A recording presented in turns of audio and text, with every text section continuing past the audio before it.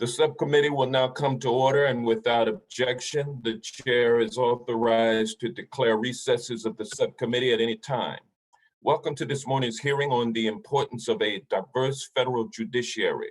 Before we begin, I would like to remind members that we have established an email address and distribution list dedicated to circulating exhibits, motions, and other written materials that members might want to offer as part of our hearing today. And if you would like to submit materials, please send them to the email address that has been previously distributed to your offices, and we will circulate the materials to members and staff as quickly as we can. I would like to ask all members to mute your microphones when you are not speaking. This will help prevent feedback and other technical issues. You may unmute yourself at any time you seek recognition. I will now recognize myself for an opening statement. Today, the subcommittee continues its discussion on an issue that impacts all Americans: diversity within the federal judiciary. This past March, in our first hearing on this topic, we discussed why judicial diversity is important. Witnesses explained how judicial diversity, both personal and professional, is essential to preserving public confidence and trust in our judicial system, protecting the rule of law, enhancing the quality of judicial decision-making, and making sure that exceptional lawyers who aspire for public service know that this path is open to all. Today's hearing considers how we can achieve those goals by examining a critical but often unexamined part of the pathway to becoming a judge, namely how a highly qualified lawyer's name gets into the pool of candidates from whom the president will ultimately select a nominee. As we will hear today, the process has varied widely across the country and over time, often dependent on the involvement of the home state senators where the judicial vacancy has opened, in addition to the president. I hope to learn more today about how we can ensure that highly qualified lawyers with a wide range of backgrounds and legal experience are able to participate in the judicial selection process. There has been progress on this front. Just 7 months ago, into his first year in office, President Biden has nominated a historic, diverse slate of experienced lawyers representing a broad array of professional legal backgrounds, including work as public defenders, prosecutors, labor lawyers, civil rights lawyers, Indian law practitioners, immigration lawyers, commercial litigators, clerks, academics, and state and federal judges. Their personal backgrounds are just as varied, from a retired Army captain who deployed twice to Iraq, who also happens to be the first Muslim ever appointed to a federal judgeship, to a state court judge who left his complex litigation practice to open his own practice specializing in immigration law in order to serve the community he grew up in.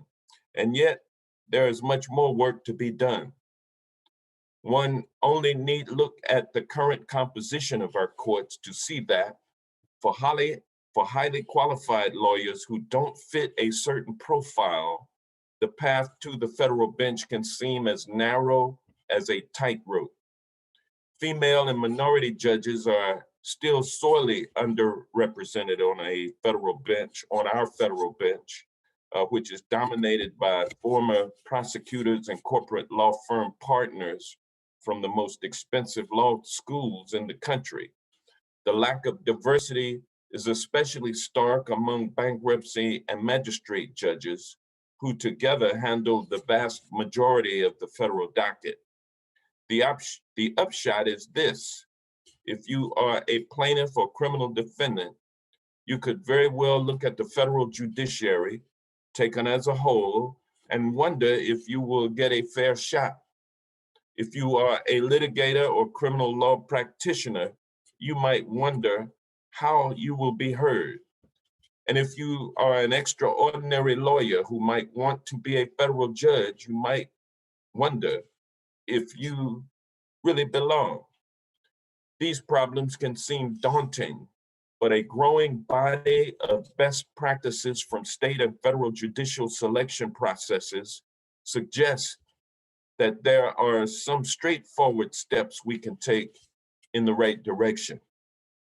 The witnesses for today's hearing bring with them unique knowledge and experience regarding the less visible but still critical parts of our judicial selection process. I look forward to hearing from them today as we move forward with this discussion and how best to address this important issue. And it is now my pleasure to recognize the ranking member of the subcommittee, the gentleman from California, Mr. Issa, for his opening statement. Mr. Issa. And I do not see Mr. Issa on camera, so I will now move to the chairman of the full committee, the gentleman from New York, Chairman Nadler, for your statement. Thank you, Mr. Chairman. Thank you for holding this series of hearings on the importance of a diverse federal judiciary. I appreciate the opportunity to focus today on the selection and confirmation process. A diverse federal judiciary preserves public trust in the courts and enriches judicial decision-making. But as I said at the subcommittee's first hearing on this topic, we need to determine why in 2021, our federal courts remain so strikingly non-diverse in so many ways, and what we can do to ensure that the path to the federal bench is open to all highly qualified lawyers willing to commit themselves to equal justice under the law. To be sure, we have made progress. Although the judiciary remains disproportionately white and male, and corporate law partners, prosecutors, and those with Ivy League degrees still predominate, the federal courts are certainly less homogeneous than they once were. But that progress did not just happen. It was the product of decades of effort by people like our distinguished witnesses and by political leaders who recognized the value of increasing diversity on the federal bench. This progress has unfortunately come in waves. It began in earnest under President Jimmy Carter, who created the Circuit Court Nominating Commission that was instructed to recommend lawyers who had demonstrated outstanding legal ability and commitment to equal justice under law, and whose training, experience, or expertise would help to meet a perceived need of the court. By the end of a single term, President Carter had appointed 4 times as many women to the federal bench as all of his predecessors combined, and more than twice as many people of color. Progress continued with President Clinton, whose White House counsel explained that they wanted nominees who were, quote, balanced people who had a life and a wide range of experiences, unquote. It resumed again under President Obama, whose White House counsel explained that, quote, the president wants the federal courts to look like America. He wants the people who are coming to court to feel like it's their court as well, unquote.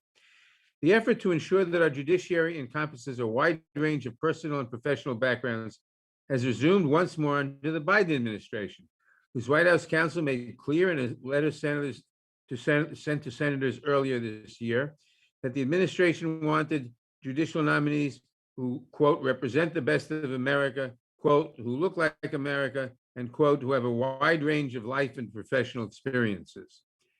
While presidents may set the tone for who they will ultimately nominate for a judicial vacancy, the judicial selection process in practice is far more complex than the requirements set forth in the Constitution that the president nominates and the Senate confirms. For example, most people may not realize that home state senators also often play a significant role in recommending district court nominees to the White House. And most people may not be aware that our bankruptcy and magistrate judges, who are even less diverse than the rest of the federal judiciary, are chosen by district and circuit court judges. But as I think our witnesses will explain, there are aspects of the process that resemble many other jobs. For example, people will not apply for a job unless they know about a vacancy and how to apply for it.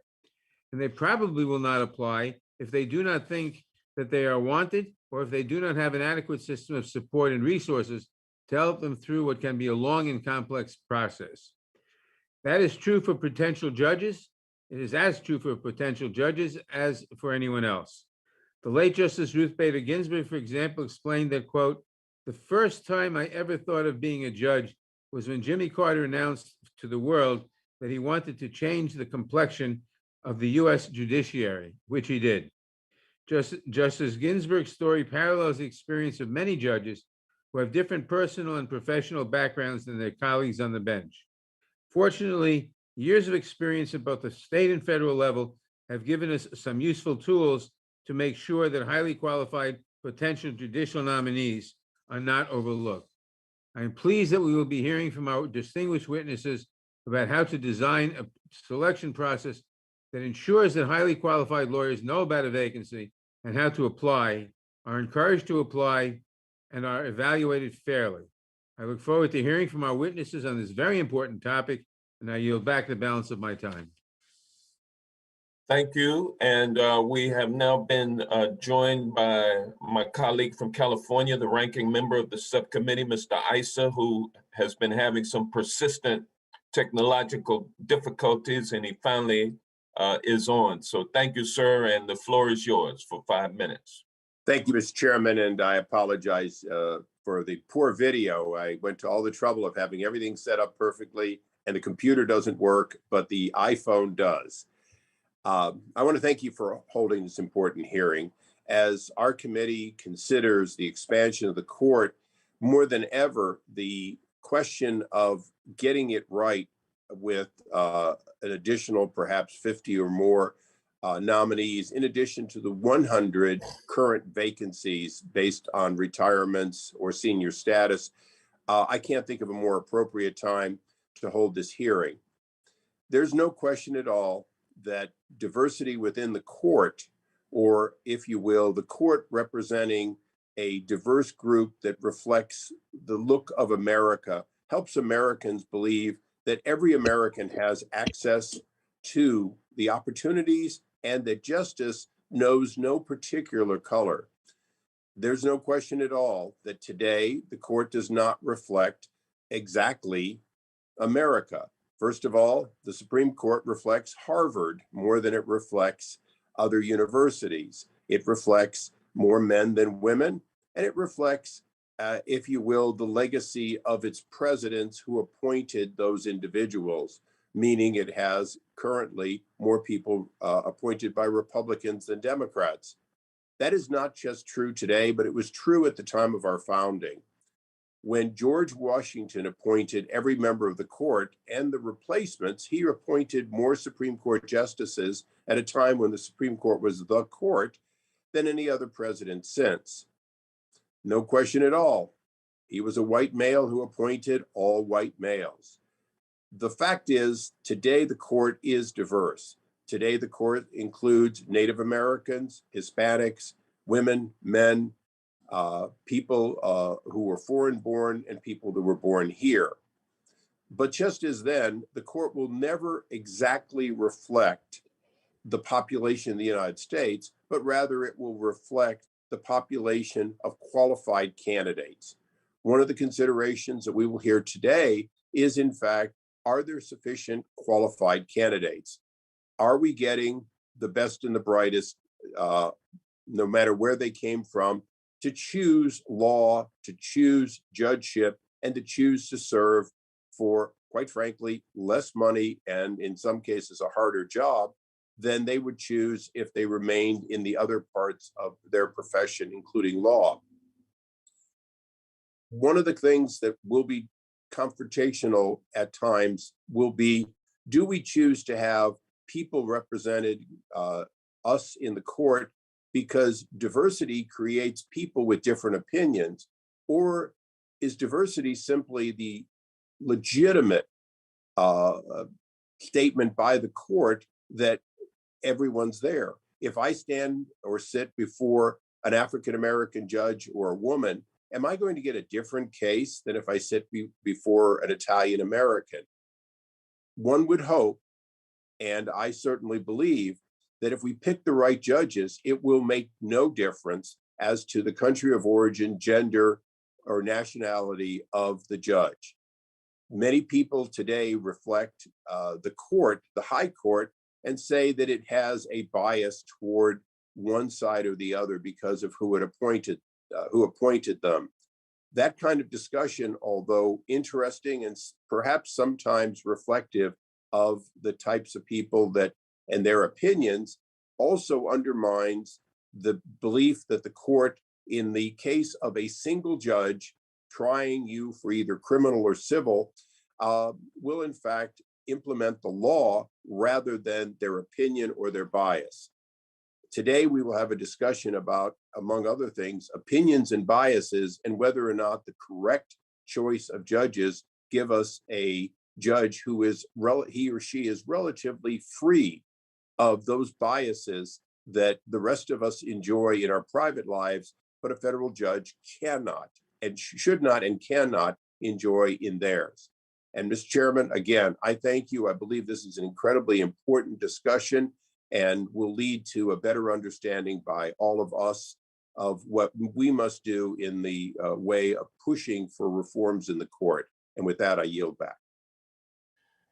Thank you, Mr. Issa, and I will now introduce our witnesses for the first panel. The Honorable Monica M. Marquez was appointed to the Colorado Supreme Court in 2010. She's the first Latina to serve on the court in its history. Among her many current commitments besides judging, she serves as chair of the Colorado Supreme Court's Task Force on Lawyer Well-Being and is a co-leader on the Bench Dream Team, a group of judges dedicated to diversity and inclusion in Colorado's judicial system. Prior to her appointment, Justice Marquez served as Deputy Attorney General at the Colorado Attorney General's Office and as Assistant Solicitor General and as Assistant Attorney General. Before that, she practiced general commercial litigation and employment law at a Denver law firm. Justice Marquez earned her bachelor's degree from Stanford University and her law degree from Yale Law School. She clerked for Judge Michael A. Panzer of the United States District Court for the District of Massachusetts and for Judge David M. Ebel of the United States Court of Appeals for the 10th Circuit. Welcome, Justice Marquez. The Honorable Ann K. McCaig joined the Minnesota Supreme Court in September of 2016, making her the first female Native American to sit on any state Supreme Court in the United States. A descendant of the White Earth Nation, Justice McCaig is a native of Federal Dam, Minnesota, where she grew up on the Leech Lake Reservation.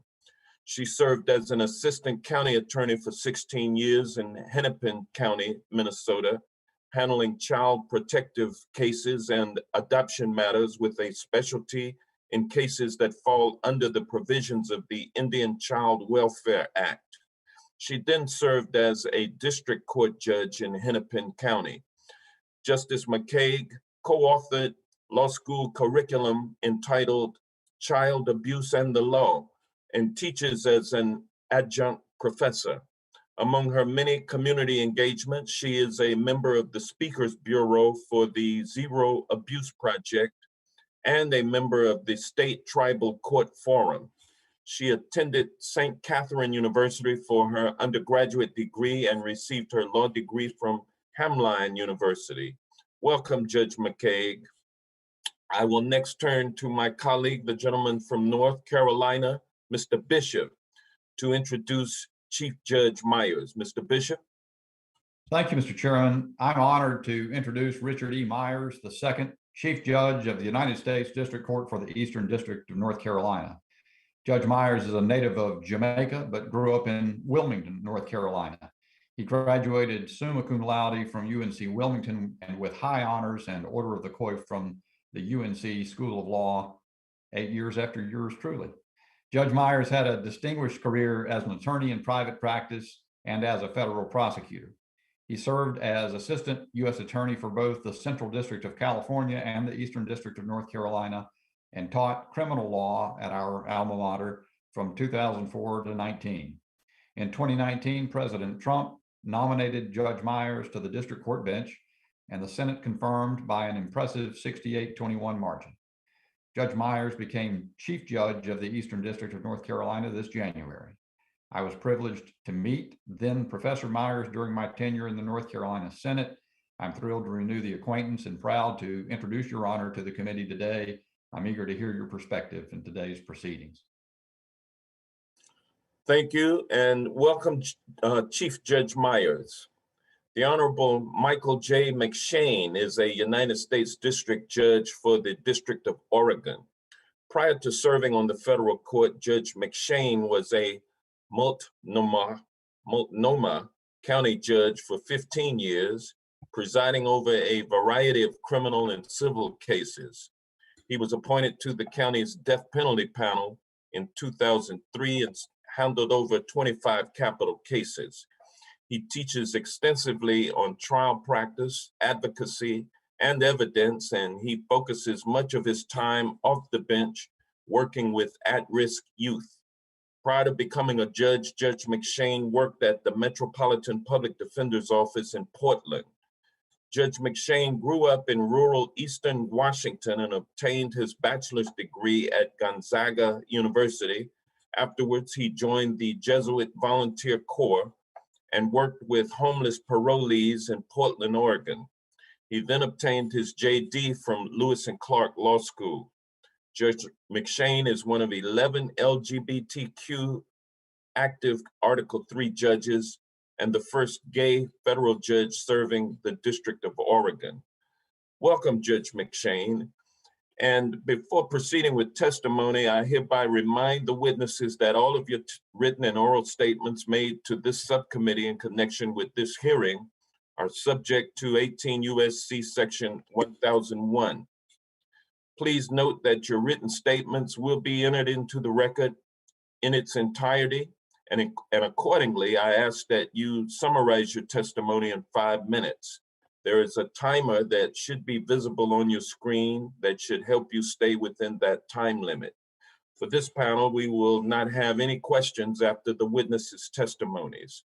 Judge Marquez, the floor is yours. You may begin.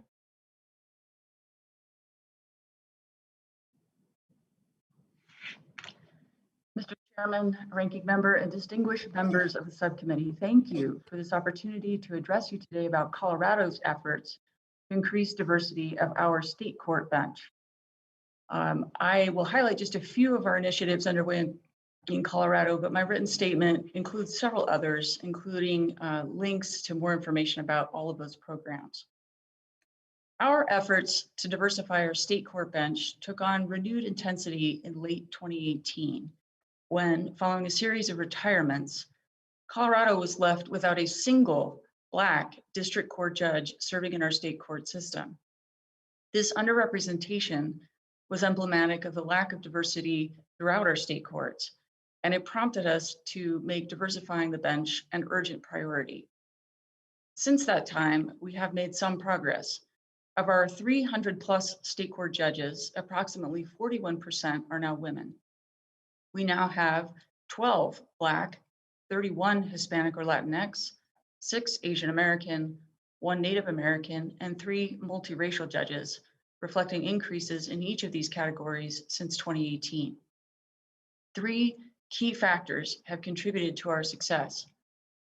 First, with bipartisan support, the Colorado General Assembly enacted legislation that established a full-time position responsible for education and outreach efforts regarding judicial vacancies and the application process. To our knowledge, Colorado is the first state in the nation to have a position of this kind within its judicial department. Sumi Lee, our head of judicial diversity outreach, has used a data-driven approach to identify outreach opportunities and develop robust educational programming. With her work, we aim to demystify the application and nomination process and make it more transparent and accessible to all potential applicants. Second, we've engaged the broader legal community in this effort. Our Diversity on the Bench Coalition includes affinity bar presidents, law school deans, judges, attorneys from private practice and government.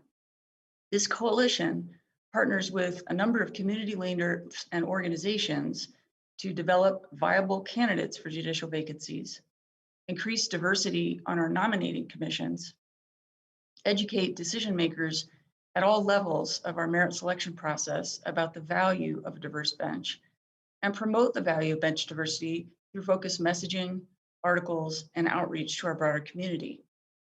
Separately, our Bench Dream Team, a group of state court judges dedicated to diversity and inclusion, has partnered with the Center for Legal Inclusiveness to update an orientation video for our judicial nominating commissions. And this fall, the Bench Dream Team will pilot a new 6-month intensive coaching program to support diverse candidates for judicial vacancies. Our pipeline efforts extend to college and law students.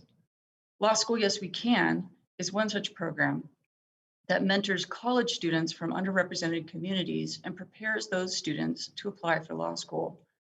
This program offers networking opportunities, leadership training, and LSAT preparation.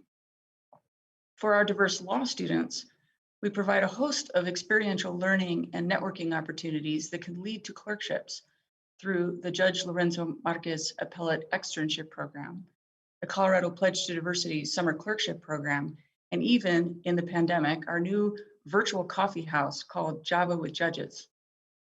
Third, we promote the visibility of our diverse judges because we know it is difficult to be what you cannot see.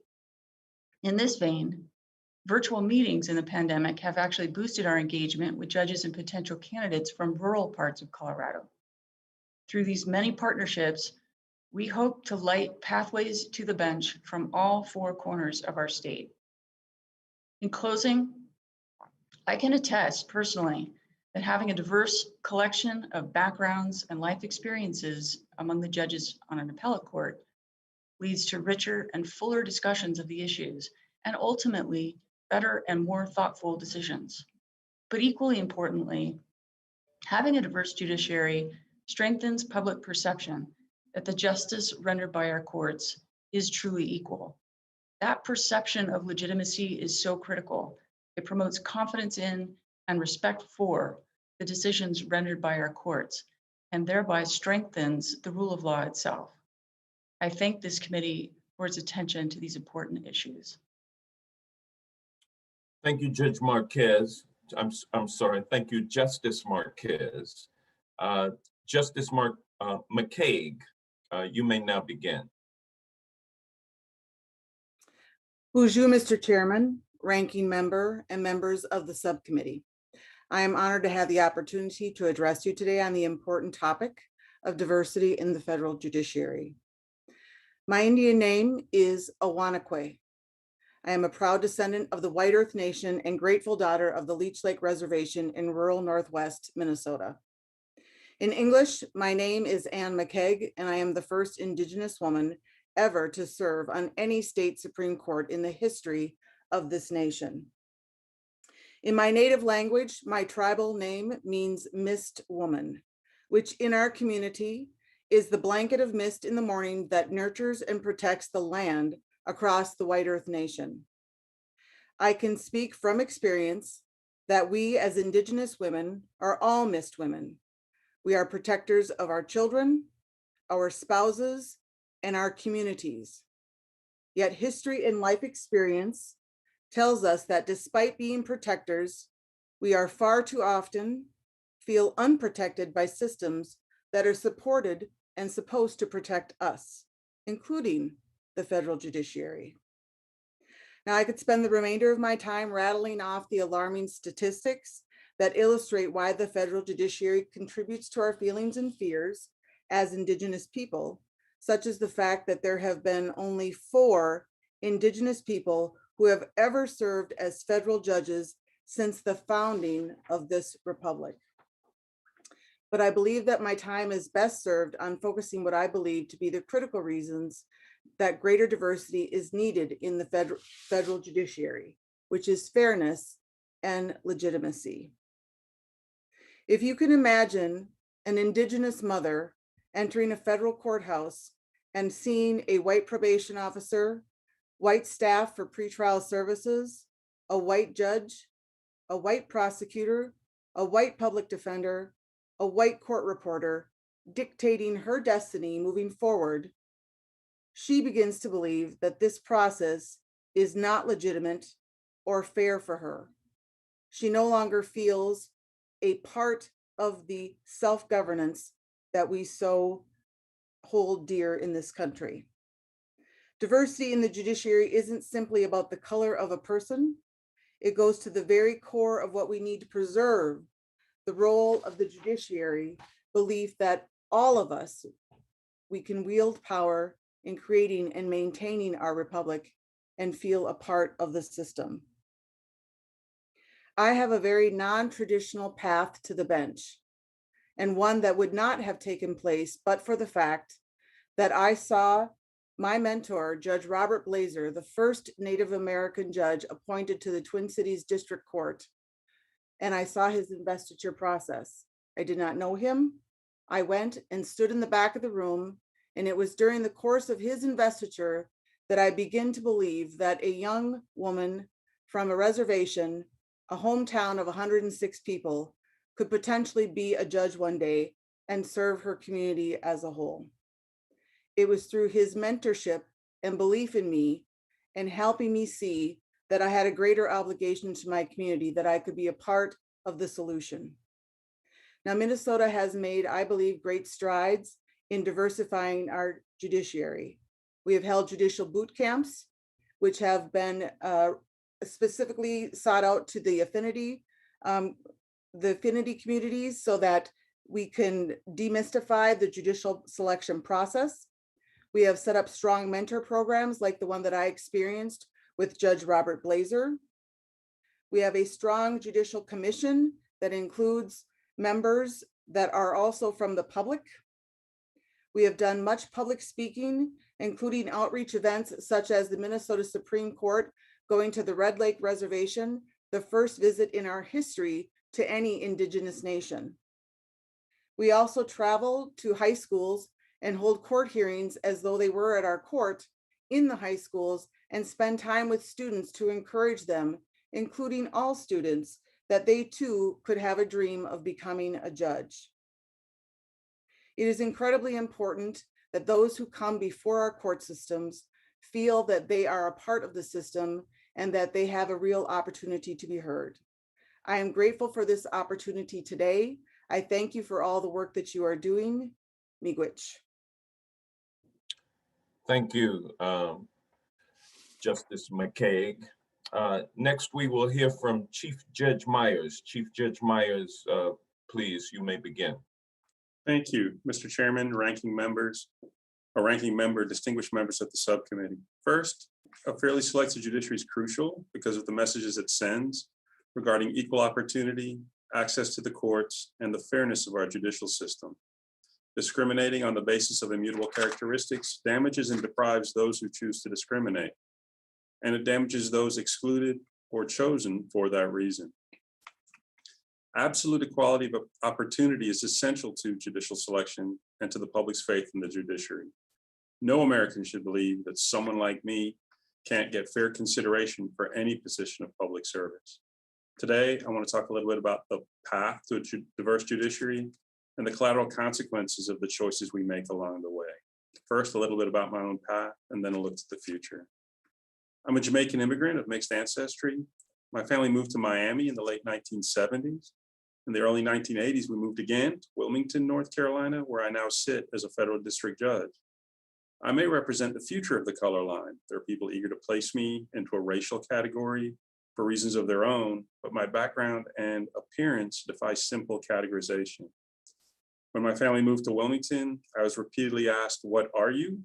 This was intended to provide the asker with racial information to fit me for their pre-existing pigeonhole.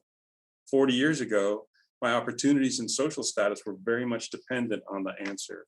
The answer Jamaican was insufficiently specific for some and was often followed by the more pointed question, "No, what race?" My answer, the human race, was deemed by some people to be too clever by half, but it was and remains my answer. I embody the American motto, e pluribus unum, or the Jamaican equivalent, out of many, one people.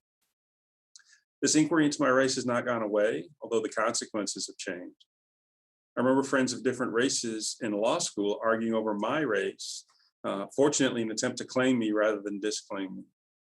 At every career stop, I was encouraged to select particular boxes on personnel forms to ensure that the organization hiring me got credit for diversity.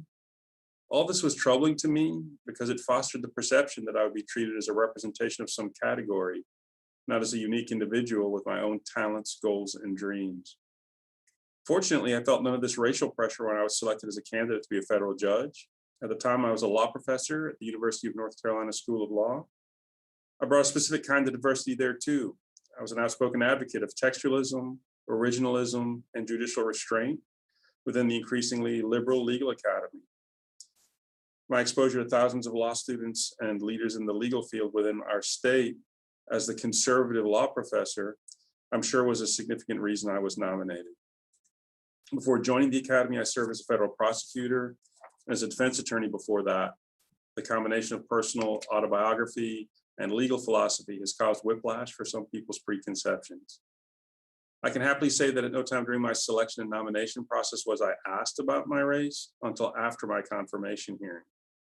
Ironically, as I was walking out of the hearing, a reporter pointedly asked me what race I was and told me that the president was criticized by people who had never met me for failing to select a diverse candidate.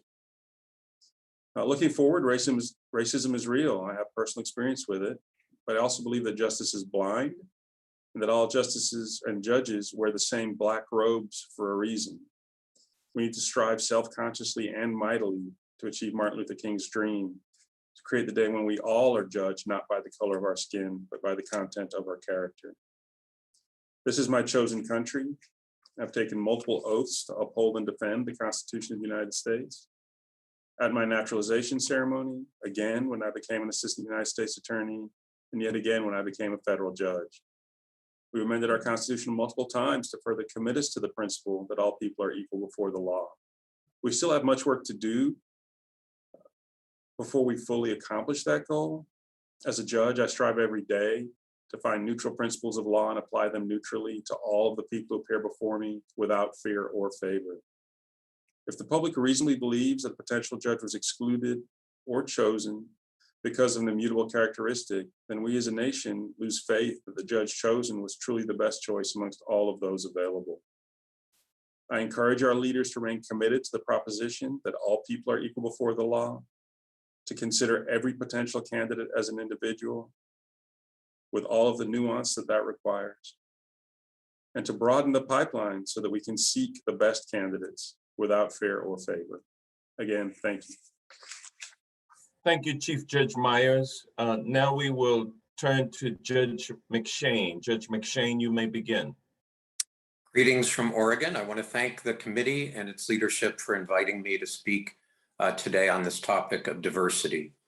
I'm not going to speak today on the importance of diversity. I believe this body would not be holding such a hearing as this if it did not understand why a truly diverse federal bench is important to our democracy. Instead, I want to talk about some of the challenges we as a court are facing in our attempts at diversity and inclusion, and some of the steps we can make to widen the opportunities for a broader spectrum of judicial applicants. This means looking at the traditional pathways to the bench and exploring some of the non-traditional pathways to the federal bench. The last time I had an opportunity to speak on the subject of diversity was a few years ago before a group of clerks and young lawyers at the federal court administrative offices in Washington, D.C. It was part of a gay pride event celebrating Gay Pride Month. One of the young lawyers asked me, how can we diversify the federal courts? Without giving it much thought, I blurted out, well, we need to lose our addiction to Yale and Harvard. The entire room went silent. The fact is, almost every lawyer in the room had in fact gone to Yale or Harvard. I'll be the first to say that these are great law schools, but diversity and inclusion cannot rely simply on the pedigree of a diploma from a particular school. It requires us to reach out proactively and invite more people to the table. So why are the traditional pathways not working? What are the traditional pathways? Well, one of the first traditional pathways is judicial clerkships. Many of my colleagues, and if you look, most of the justices on the Supreme Court began their career as a judicial clerk. It's a job that opens doors. But when it comes to the hiring of clerks, local law schools and regional law schools are often overlooked in favor of the top-ranked schools. But it is in these schools that we find that they are much more accessible to a diverse group of students from rural communities, working moms and dads, students caring for an aging parent, students who were the first in their family to navigate higher education, minority students, and students who quite frankly had to hold real jobs to survive while they went to school. I've had clerks from top law schools and I've had clerks from local law schools. They are equal in their excellence. I think sometimes the only difference is the local law schools actually grade the students' work. Another traditional pathway to the federal bench is the magistrate judge positions. In most districts, magistrate judges are chosen by the Article 3 judges themselves. There is a tendency to pick somebody who is a known quantity, somebody we are familiar with, who we have seen in court. That often tends to be somebody who looks a lot like us. And that often is somebody from the U.S. Attorney's Office or a law firm. But we need to encourage people who don't necessarily look like us to apply. I was very proud that the District of Oregon 3 years ago selected the first Muslim American judicial officer in United States history when we selected Mustafa Kasabai to sit as our newest magistrate judge. I've sat on many panels where invariably at a law school we are asked, what is the path to becoming a federal judge? The traditional answer is to work at the U.S. Attorney's Office or a large reputable law firm. These are good answers, but why do we rely on these traditions if we are seeking true diversity? Why aren't we able to tell these young minds, go work with the poor, get a job with legal aid, be a public defender, become an immigration attorney, help injured workers, represent veterans in Portland or farmers in the Klamath Basin? I know that when I was nominated to the bench, it was very important to the Obama administration that I came from a public defender background. They seemed to tout that just as quickly as they touted the fact that one of my friends actually added PD, public defender, to LGBTQ because it was so rare, and I still feel like I'm a little bit of a unicorn with that public defender past. But we need to explore these non-traditional career paths and at least ask the question, why are we not seeking out those who work with the poor and the marginalized? Is it they are less intellectual? Is it they cannot be fair? Serving the poor and marginalized should not be a strike against anyone who, if they have the detachment necessary to follow the law. I was a public defender and I opposed the death penalty. When I became a judge, I had to sentence somebody to death because it was the lawful verdict of the jury. I followed the law. That's what we do. Finally, we need to work closely with the diversity law associations and encourage their student members to apply for clerkships, their young attorneys to participate in federal court activities, and their qualified members to seek appointments. And the diversity law associations have to work together and not against each other. In my nomination process, the diversity bar associations came together and worked together and came up with a number of endorsed candidates that they could put forward to our senator. It was only because of that that my name was able to get through and eventually become nominated. So I'm so happy to see some of the diversity bar associations are represented on our second panel. So thank you for giving me this opportunity. I'm happy to, at any time, answer any questions.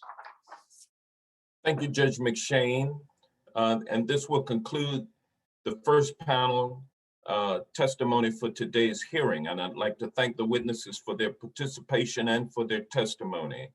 We will now transition to the second panel of witnesses.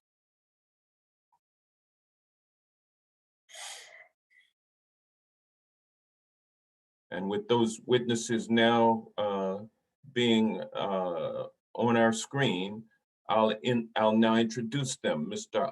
Ian Warner is the co-chair of the Judicial Merit Selection Committee for the Western District of Washington, which was established by Washington State's U.S. Senators Patty Murray and Maria Cantwell. In this role, he and the committee review candidates for the positions of U.S. District Court Judge, advise the senators on the committee's findings, and suggest potential candidates for federal court vacancies before the senators make their final recommendations to the president. Outside of his work with the Senators' Judicial Merit Selection Committee, Mr. Warner is the Senior Director for Public Policy with the Zillow Group. Prior to this role, he was legal counsel for the mayor's office for the city of Seattle and an associate with the law firm Dorsey and Whitney LLP, practicing in the areas of banking and finance, securities, employment, and construction law. Mr. Warner received his Bachelor of Arts degree from Whitman College and his JD from the University of Washington School of Law. Welcome, Mr. Warner. The Honorable A.B. Cruz III is the President of the Board of Governors for the National Asian Pacific American Bar Association. He also currently serves on the board of Graph Acquisition Corporation Incorporated and is a senior advisor at Barker Gilmore LLC, providing executive coaching and search services to legal leaders, CEOs, and corporate boards. He also has served and currently serves on many nonprofit and charitable boards. Admiral Cruz has helped lead several prominent companies to diverse industries. Admiral Cruz has helped lead several prominent companies in diverse industries, including USAA, Emergent Biosolutions Incorporated, and Scripps Network Interactive Incorporated, in a variety of senior legal and executive roles. He is also a former Navy admiral who, during his 33+ years distinguished military career, led numerous high-performing operational teams and represented the United States internationally in multiple high-level engagements with foreign militaries. Over the course of his naval career, he served as Deputy Director of Maritime Operations for U.S. Fleet Forces Command and as Deputy Commander for both U.S. 4th Fleet and Naval Forces Southern Command, among other posts.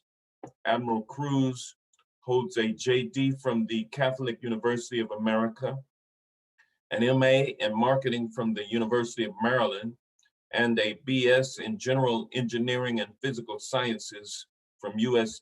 Naval Academy. Welcome, Admiral Cruz. Ms. Jennifer Braceras is the Director of the Independent Women's Forums Law Center, a nonprofit organization that focuses on women's policy issues.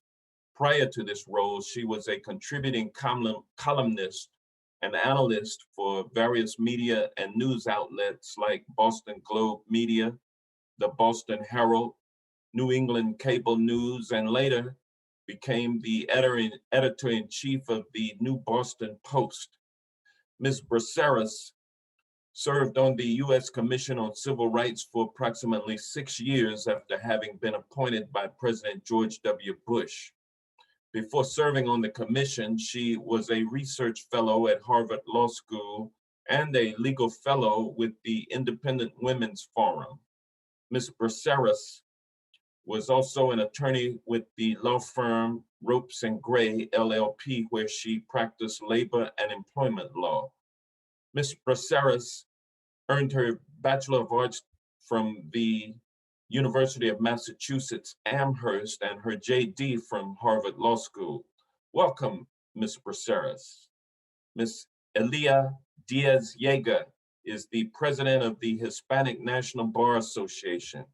She is a frequent speaker and CLE presenter and serves as a diversity facilitator for the Louisiana State Bar Association. Ms. Diaz-Yeager is also a shareholder in the insurance section, Lujan Bull, Wheaton, Peck, Rankin, and Hubbard, where her primary areas of practice include industrial employment, insurance defense and coverage, environmental law, commercial litigation, and board governance and cybersecurity.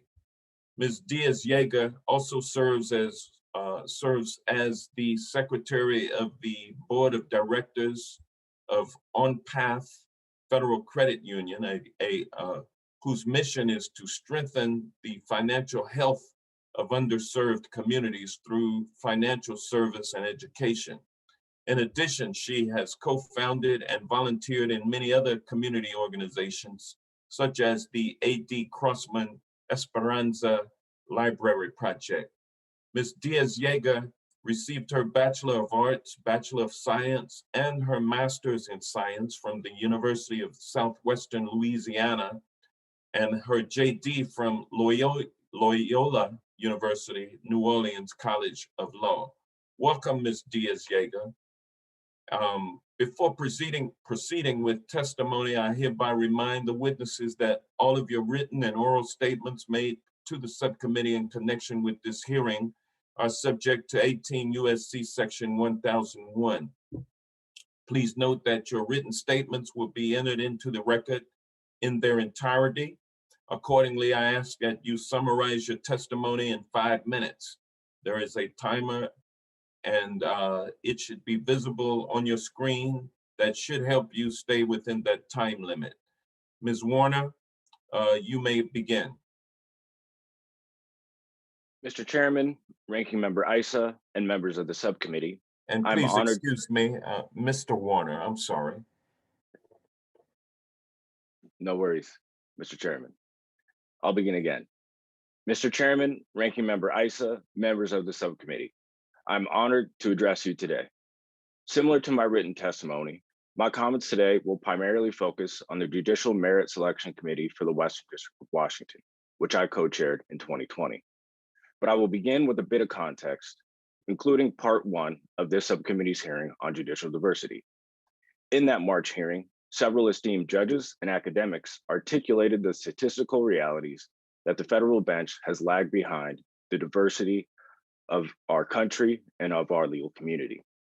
They also definitely explained the importance of judicial diversity in terms of procedural justice and perception of trust.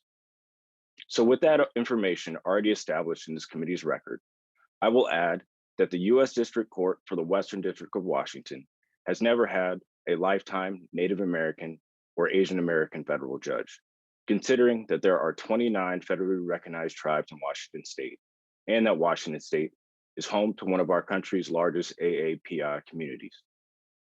I will also note the recent Cato Institute study, which found that the ratio of prosecutors to defense attorneys on the federal bench today is almost exactly 4-to-1. So in the context of today's hearing, focused on the selection and confirmation process, what do these statistics mean? This lack of diversity on the bench speaks directly to potential judicial applicants to say, need not apply. If you are from underrepresented legal backgrounds, women, lawyers of color, LGBTQ, or Black. These statistics also speak directly to witnesses, litigants, and the community to say, you are an outsider here. These realities must be addressed because the range of interests and people that appear before the federal judiciary are broad. We must encourage qualified and historically marginalized potential candidates to apply by being clear that we believe Black, Brown, Native American, Asian American, women, and LGBTQ lawyers can also represent the best of our legal profession. And this year, we were able to say that the White House is serious about bringing in professionally diverse, historically underrepresented people to the bench.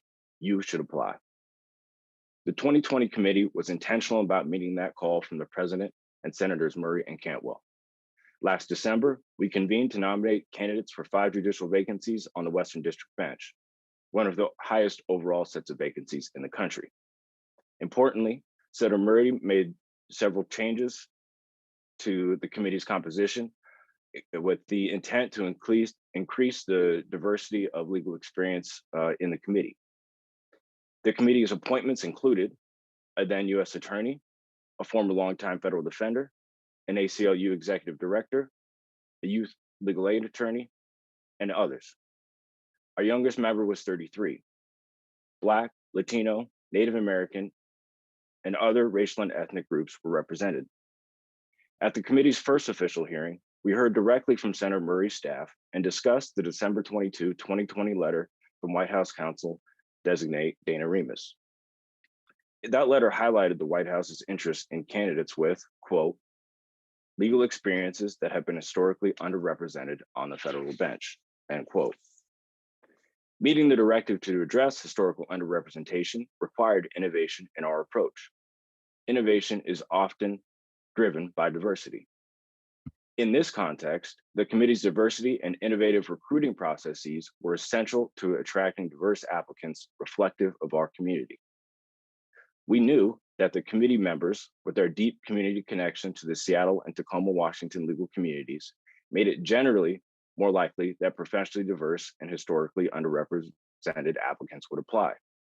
But that representational diversity was and is still not enough. We also encourage the membership to highlight the application process within their networks and directly to reach out to qualified applicants who might otherwise hesitate to apply. We also publicize the vacancy announcement through expanded channels, including the Western chapter of the Federal Bar Association, local minority bar associations, and local media outlets.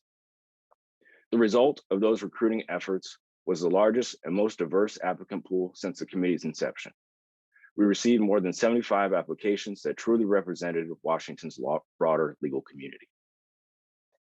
The committee then met over the course of approximately 8 weeks and deliberated until we reached consensus on a slate of nominees. The outcome was the most professionally diverse recommendations in the committee's history. Those candidates included civil rights attorneys, public defenders, a native law expert, and former U.S. attorneys.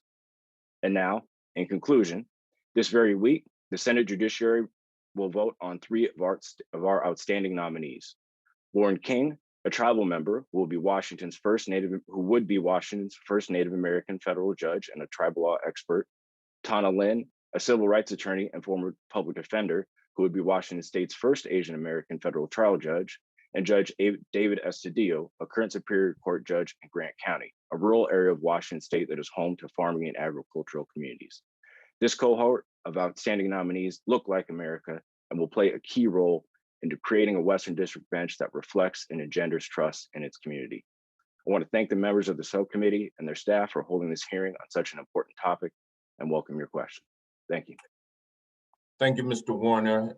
Next, we will turn to Admiral Cruz. Admiral Cruz, you may begin.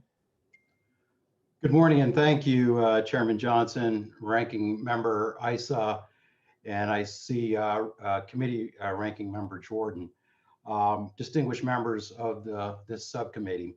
It is indeed my honor and privilege to appear before you on behalf of the National Asian Pacific American Bar Association, or as we call it, NAPABA. Thank you for highlighting the importance of a diverse federal judiciary, which is so critical for ensuring faith and confidence in the rule of law. NAPABA represents the interests of over 60,000 Asian Pacific American, or API, lawyers and consists of a nationwide network of nearly 90 affiliates. NAPABA is a leader in addressing civil rights issues, confronting APA communities, and we have always been strong national voice for increased diversity on the bench, for equal opportunity in the workplace, and for combating hate crimes and discrimination. For the APA community, the hearing comes at a crucial moment. Throughout the country, we are confronting the twin scourges of anti-Asian American hate and COVID, for which so many Asian Americans have been falsely scapegoated. The APA legal community has responded to help a population that has suffered thousands of attacks, to represent victims, and to use all legal mechanisms available to attain justice. But in order for our justice system to work as our founders designed it, with independence and sacred constitutional duty to safeguard rights and liberties, the American public must be assured that it is fair, impartial, and will provide equal justice for all. For the APA legal community, representation on the federal bench continues to be a struggle. Out of 673 federal district court seats, only 27 are held by active APA jurists. Of 179 federal appellate court seats, only 10 active APA judges serve. As this subcommittee knows, there has never been an APA candidate even nominated to the Supreme Court. Underrepresentation is not confined to the federal bench. Currently, only 6 states have an APA justice sitting on their state Supreme Court. So what accounts for this disparity? The APA legal community faces particular barriers, including inadequate access to mentors, lack of role models, and lack of recognition. Stereotyping, even for ostensibly positive traits such as hard work and quiet diligence, has often disadvantaged APA attorneys who may be passed over for high-profile assignments because of misguided perceptions that they're too passive to be effective in a litigation or a courtroom setting. Within the APA legal community, there are identifiable gaps in the judicial pipeline. For example, APA law students are well represented in top-tier law schools, yet they do not obtain judicial clerkship in comparable numbers. APA lawyers are significantly underrepresented in law firm partnership ranks, and APA lawyers are underrepresented in public sector leadership.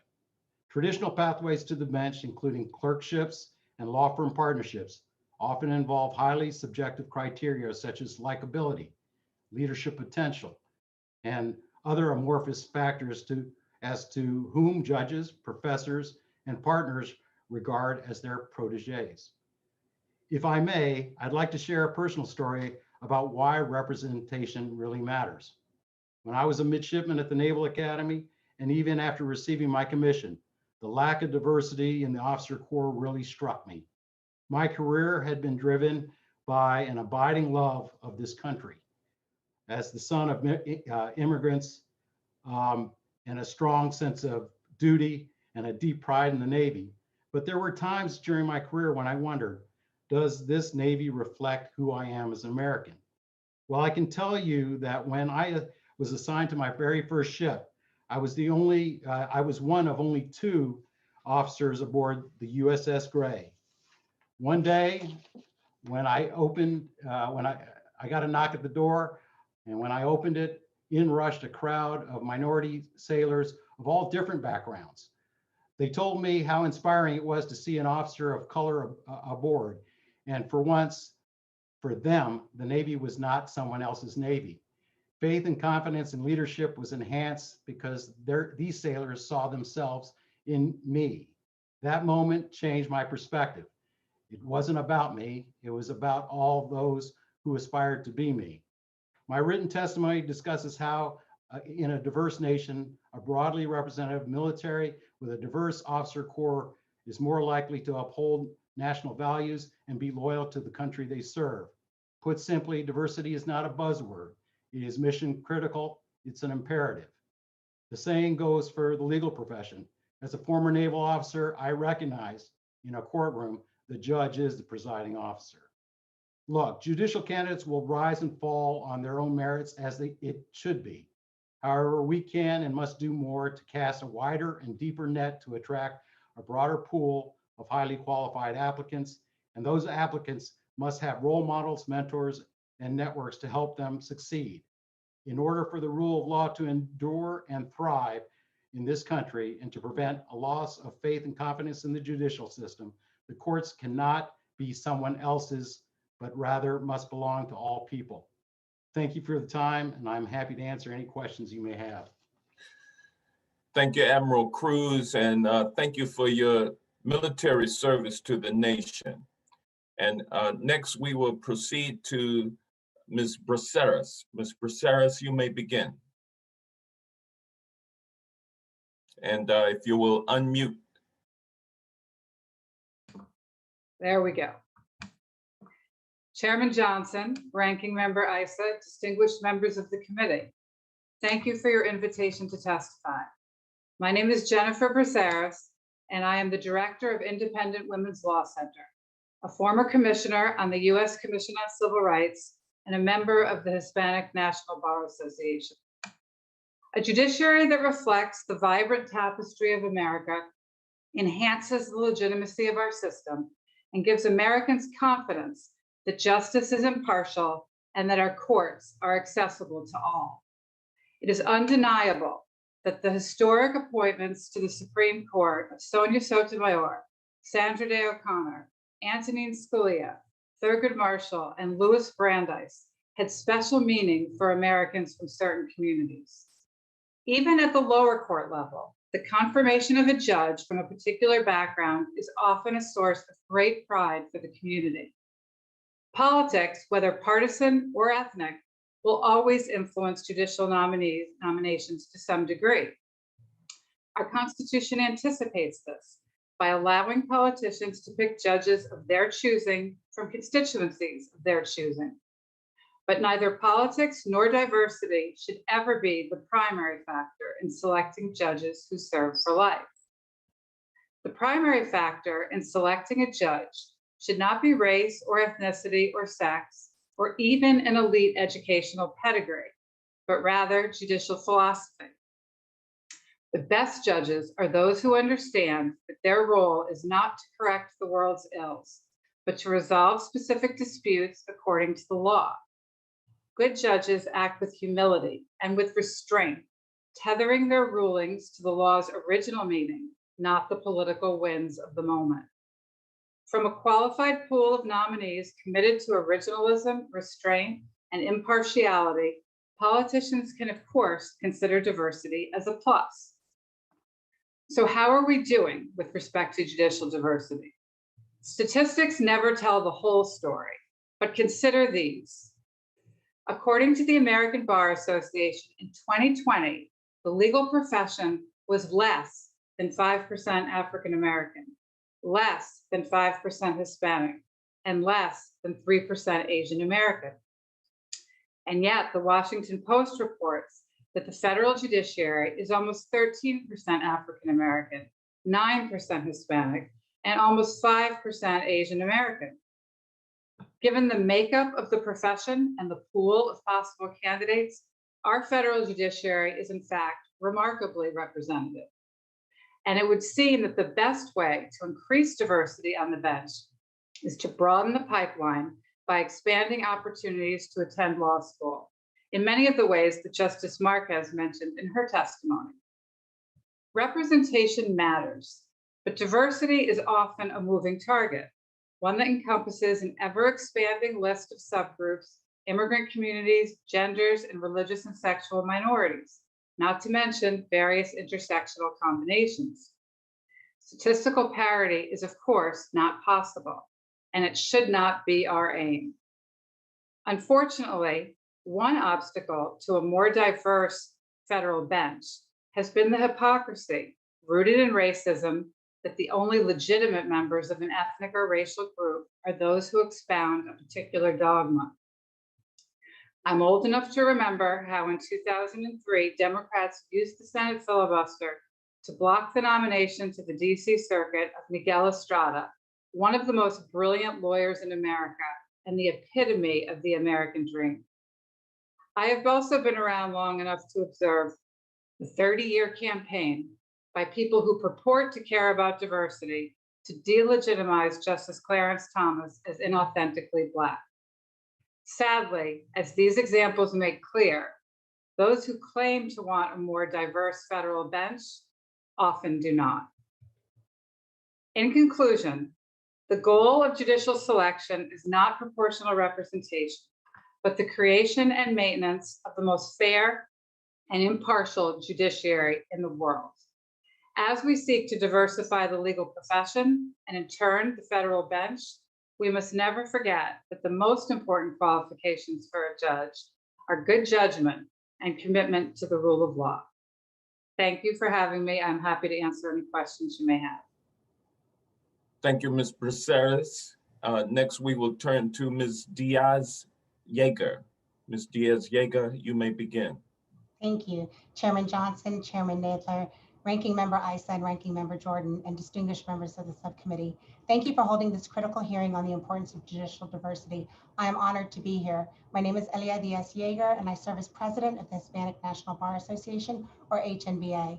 The HNBA is a nonprofit, nonpartisan national membership organization that represents the interest of more than 67,000 Hispanic legal professionals, as well as the nearly 13% of law students enrolled in ABA accredited law schools in the United States and its territories. We act as a collective voice for issues of common concern to our members and our community. Our organization has been working for over 50 years to support the recruitment, retention, and elevation of Hispanics in law schools, law firms, corporations, the judiciary, and government. The HNBA has worked vigorously to identify, vet, and endorse qualified individuals to fill the numerous vacancies in the federal court system. Since the start of the current administration, the HNBA has endorsed and provided the White House and U.S. senators with 48 qualified candidates for federal judicial vacancies, 47 of whom were Hispanic. Today, I will touch upon the importance of judicial diversity, challenges in the selection and confirmation process, and the path forward to increasing diversity in the judiciary. According to data from the Federal Judicial Center, only 9% of active federal judges identify as Hispanic, despite the fact that Hispanics are the nation's largest minority group, representing almost 20% of the U.S. population. Additionally, there are currently no Hispanic judges in 36 of 50 states. Research supports the value of diversity on the bench. A diverse bench provides for diversity of experience, perspectives, and backgrounds, and it creates a pipeline for future judges that reflect the communities they will serve. A diverse judiciary also helps combat implicit bias in our government institutions and instills public trust in our system of justice. Moreover, diverse backgrounds and experiences keep implicit bias in check. While identity does not predict viewpoint, studies point to the presence of diversity as improving outcomes, and we believe the same is true in the judiciary. Sadly, there are several challenges diverse candidates face when navigating the current selection and nomination process. Procedural and personal biases in the confirmation process limit opportunities for qualified Hispanics and other minorities seeking to serve on the federal bench. Another challenge is the decentralization of the nominations process. The selection process consists of 100 different U.S. senators making their own recommendations, each with differing views on the value of diversity. As a result, if judicial diversity is not a priority in the administration of power, the demographics of judicial nominees recommended by the senators will tend to reflect themselves and their networks. However, there are proactive measures that outside stakeholders can take to advocate for more diverse candidates. For example, the national affinity bars like the HNBA and a number of other interest groups that care about the composition of the judiciary can vet and put forward qualified candidates to both the White House and senators. Another challenge to diversity on the bench is bias faced by traditionally underrepresented individuals. A recent study by the ABA found that widespread gender and racial bias permeates hiring, promotion, assignments, and compensation in the legal industry.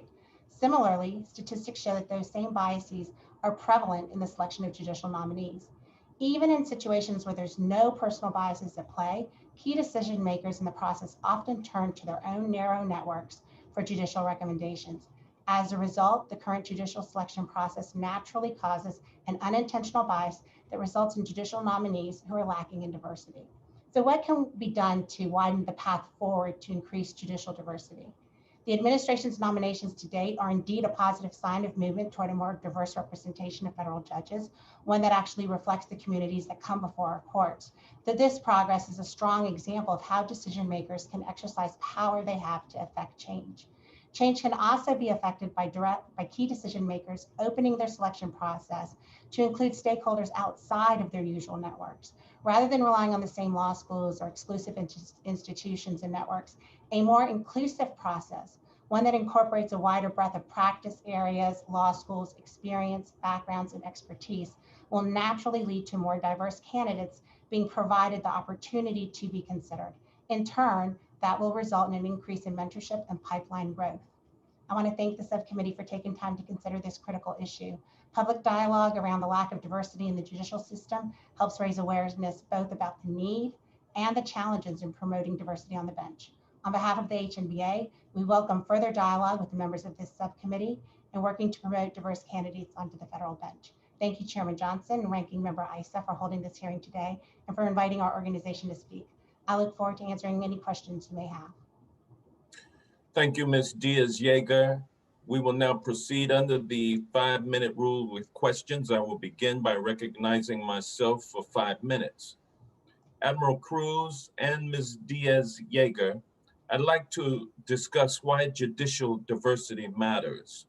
At the subcommittee's first hearing on this topic a few months ago, Judge Edward Chin explained, recounted a number of instances where a judge drew on their own life experiences with their colleagues to help their colleagues to understand crucial elements of a case in ways that they might have missed.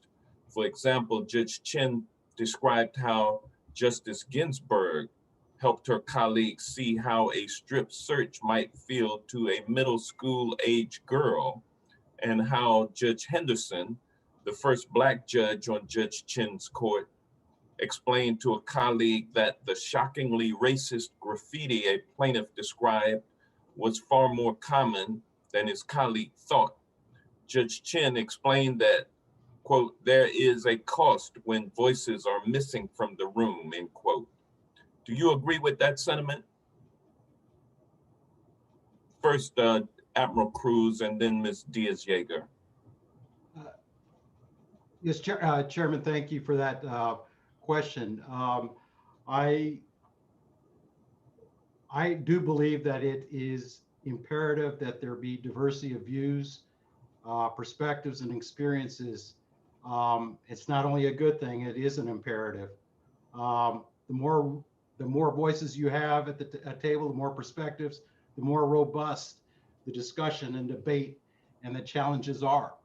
What this results in is more beyond the norm thinking, greater creativity, greater innovation, and ultimately, my belief and my experience says better decisions and better results.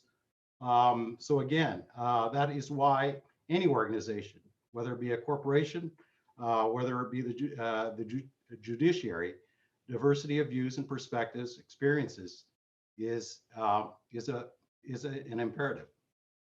Thank you, Admiral Cruz. Ms. Diaz-Yeager. Thank you. I would echo what AB Cruz has just said. It's imperative that a broad perspective and a broad understanding and ability to get that information from others helps you understand and put things into perspective. And the more background, the more experiences, the more different types of individuals that are on the bench that can work together actually helps you get a better perspective and indeed a better outcome and a better result. Thank you. Mr. Warner, would you like to add anything to this?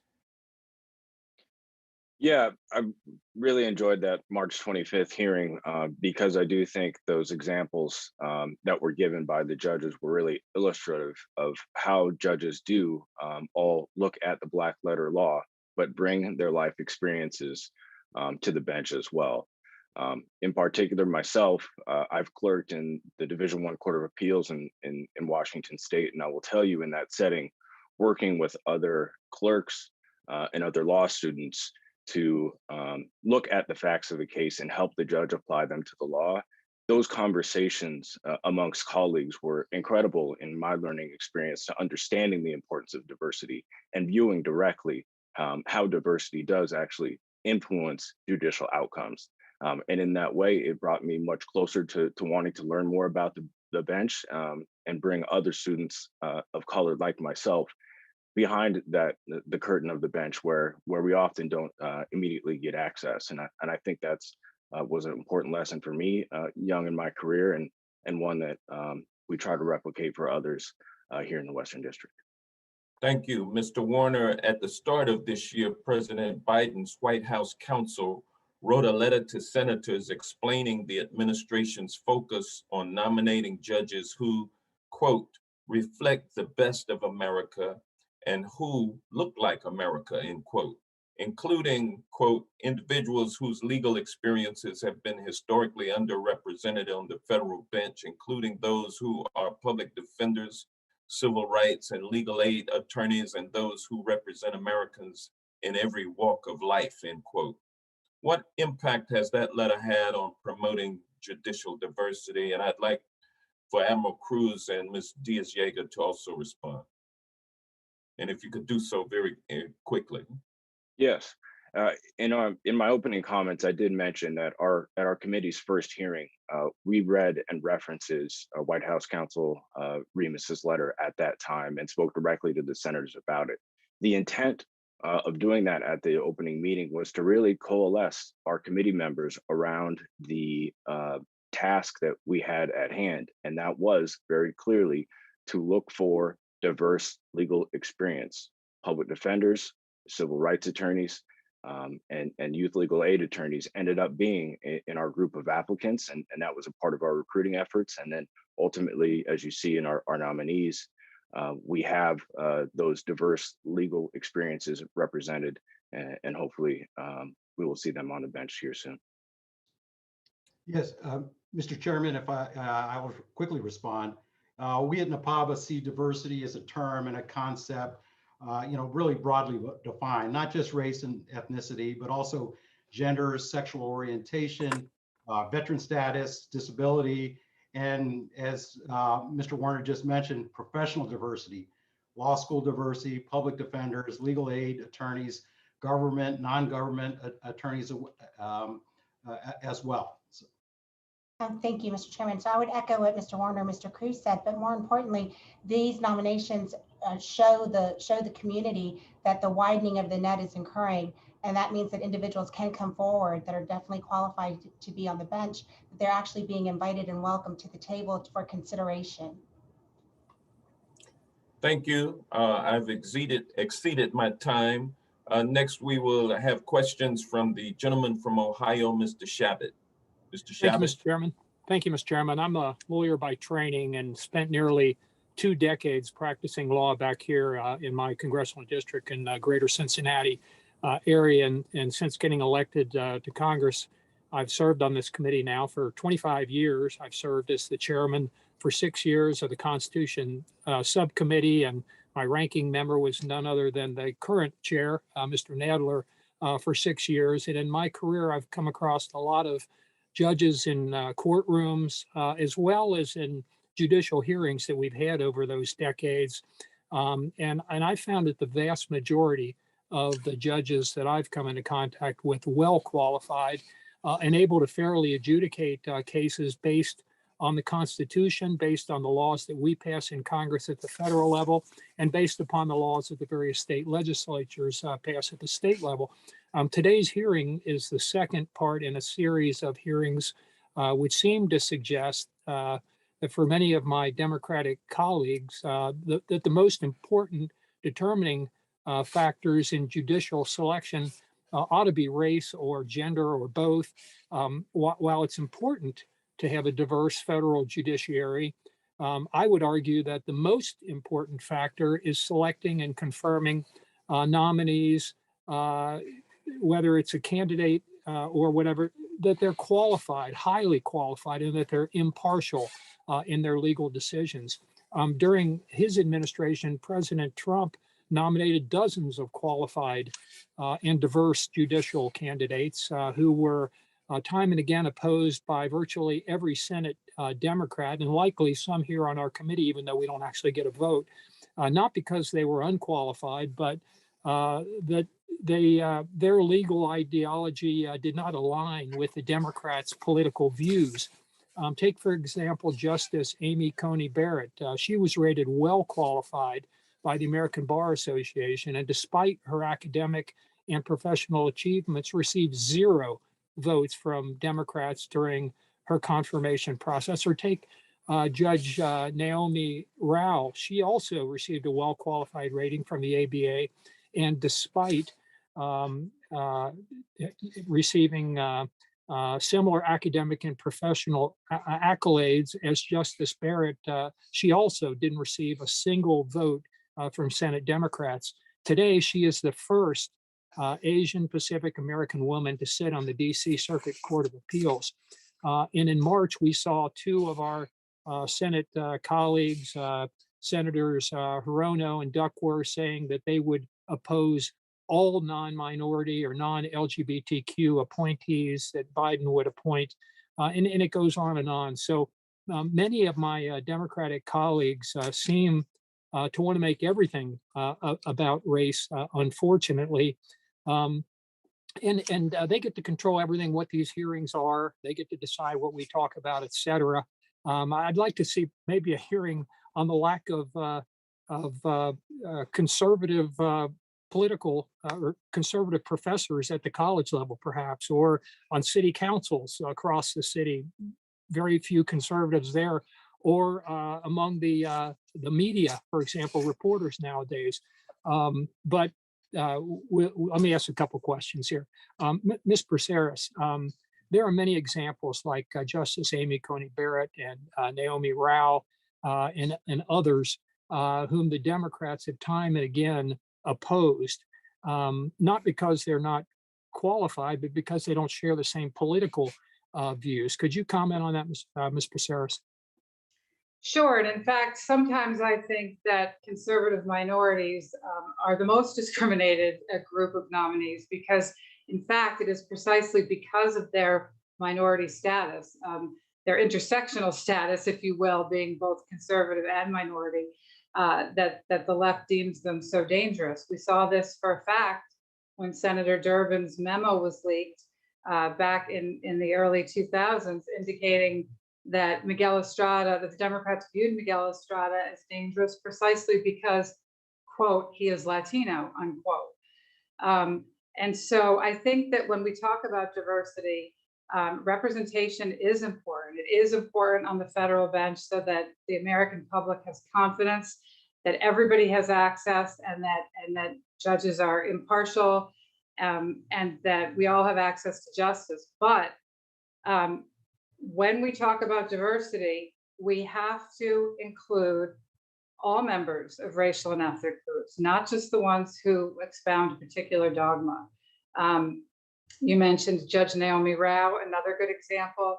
We see it time and time again that judges who are originalists or nominees who are originalists who want to apply the law neutrally without an agenda, they are not accepted by the Democrats, even though they represent diverse communities and are oftentimes, as you noted, the first member of that community to serve on a particular court. Thank you very much. My time's expired, Mr. Chairman.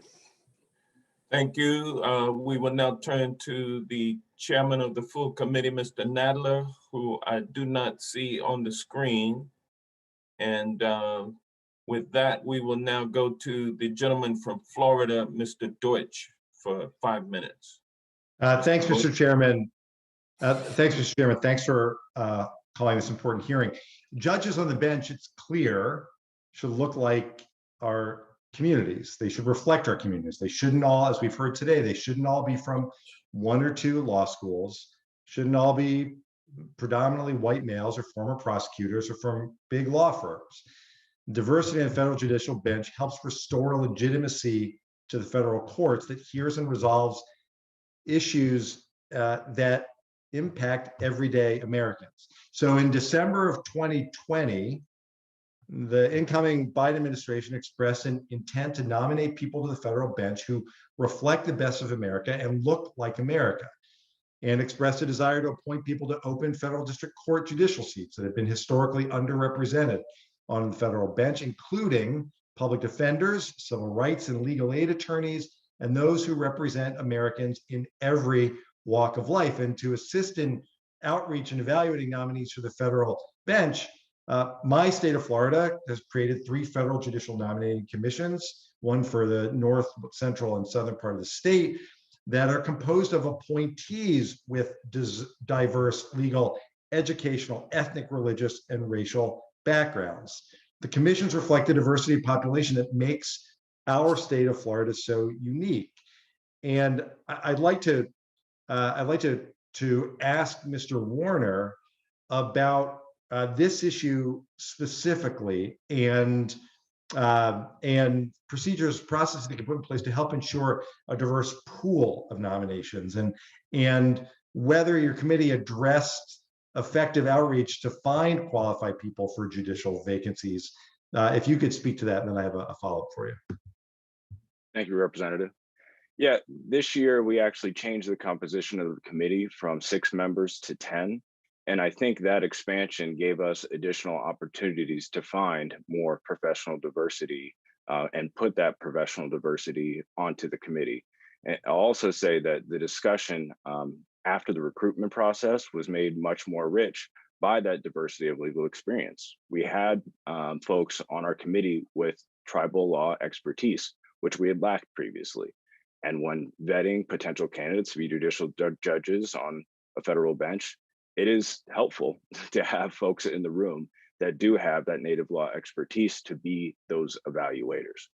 The diversity of the committee also created efficiencies in recruiting.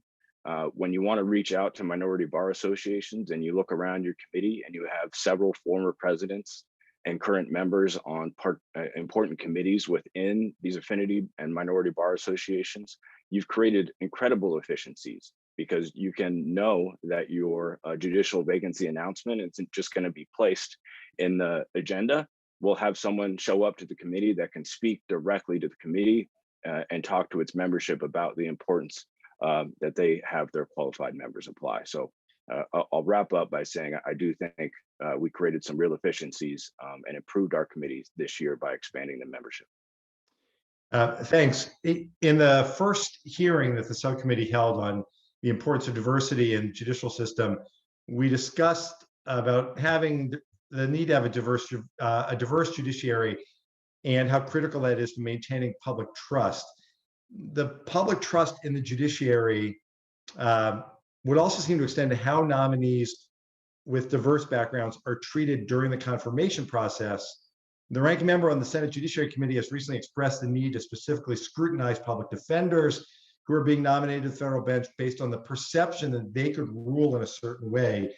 So, Mr. Ward, let me just finish with you. How does extra scrutiny or the call for extra scrutiny of nominees, particularly nominees who are not the traditional type of nominees to the federal bench, what does that do to impact the public's perception of the bench? Well, Representative, I think you hit the nail on the head when you used the word traditional just now. I think as we see more civil rights litigators, more civil legal aid attorneys go through this process, you get that confidence and representation that you've seen someone before you get through the process. We can't promise that you're going to make it all the way through, but the idea that you have seen someone like you with your legal background go through it, and some will achieve, that confidence really does then engender more applications from people who may choose that legal route. And that's the same is true for law students. There are law students out there that may begin their careers at public defenders and now immediately think they can no longer be a federal judge. As we progress in this task, I'm hopeful that perception decreases and we get more of those applicants. As am I, Mr. Warner. Chairman Johnson, thank you again for holding this hearing today. I yield back. Thank you. We will next proceed to the gentleman from Ohio, Mr. Jordan, the ranking member of the full committee, for 5 minutes. Mr. Jordan, and your haircut makes you look a lot younger today too. Yeah, thank you, Mr. Chairman. I don't know about that. I'm feeling pretty old here, but Mr. Chairman, thank you for this hearing. I'm going to yield to the gentleman from California, Mr. Issa. Thank you, Ranking Member Jordan. And thank you, Chairman, for holding this hearing. I think one of the things that's coming out of this is the very testimony, I think, helps us frame questions I might otherwise not have asked. I want to first ask Admiral Cruz, you mentioned that likability was one of the characteristics that you thought should not be used. Is that correct? Well, it is often in many contexts, like in law firms, likability does come up. I'm not saying it can't be used, but it certainly. Would it surprise you that at the University of California and other universities in California, likability has been deliberately put in order to expand the diversity of the candidates? In other words, to move them up where they otherwise would not be qualified based on their test scores and grades. isn't likability, in your own words and observation, a great way to end up not necessarily getting the best candidate unless likability is somehow essential. I certainly would say if I wanted a salesman, I probably would like likability. I don't know that Admiral Halsey was famous for being particularly likable in my reading. Yeah, I was Ranking Member Issa, I was talking about or referring to a particular context, just as you just did. Certainly in the context of of law firm hierarchy and fitting in, the more senior partners can often gravitate to people who are more like them, who are and that was the context in which and I appreciate it. I just want to make sure we touched on that. Ms. Braceras, I want to go back to something you said. You gave us some startling statistics, basically looking at members of the bar of the three major identified minorities, that African American, Hispanic, and the like. You said basically they're each at about 5%. Well, their population would be larger than that, certainly 13 and 9% for African American and Hispanic. Would you say that if we were to use the lower figure, we would by definition have to reach to candidates to the detriment of candidates that might be more qualified based on an analytical statement? Well, the number one qualification for being a federal judge is that you've attended law school. So if you haven't attended law school, you're not going to be picked. And the problem is that, as Justice Marquez noted in her testimony, we need to do a better job of making law school accessible to diverse communities. Now, particularly when you're talking about immigrant communities or working class or communities from lower socioeconomic brackets, cost comes into play. But you also have related to that the fact that the salary of a federal judge is in no way reflective of what people can make in law firms or in other aspects of the legal profession, even in some public interest areas of the legal profession. And so what we've found actually in Massachusetts is that it's very hard to recruit candidates from diverse backgrounds who are concerned about finances because they don't want to leave lucrative professions to take a pay cut to join the federal bench.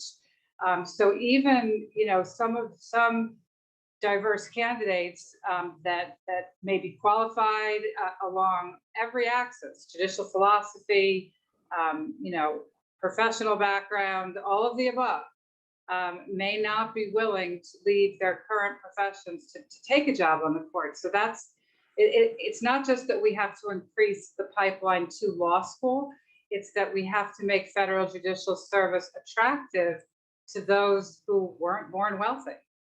Well, I will take some pride in the fact that some years ago we delinked Congress's $174,000 salary so that judges have continued to rise while members of Congress have held their own salary in check.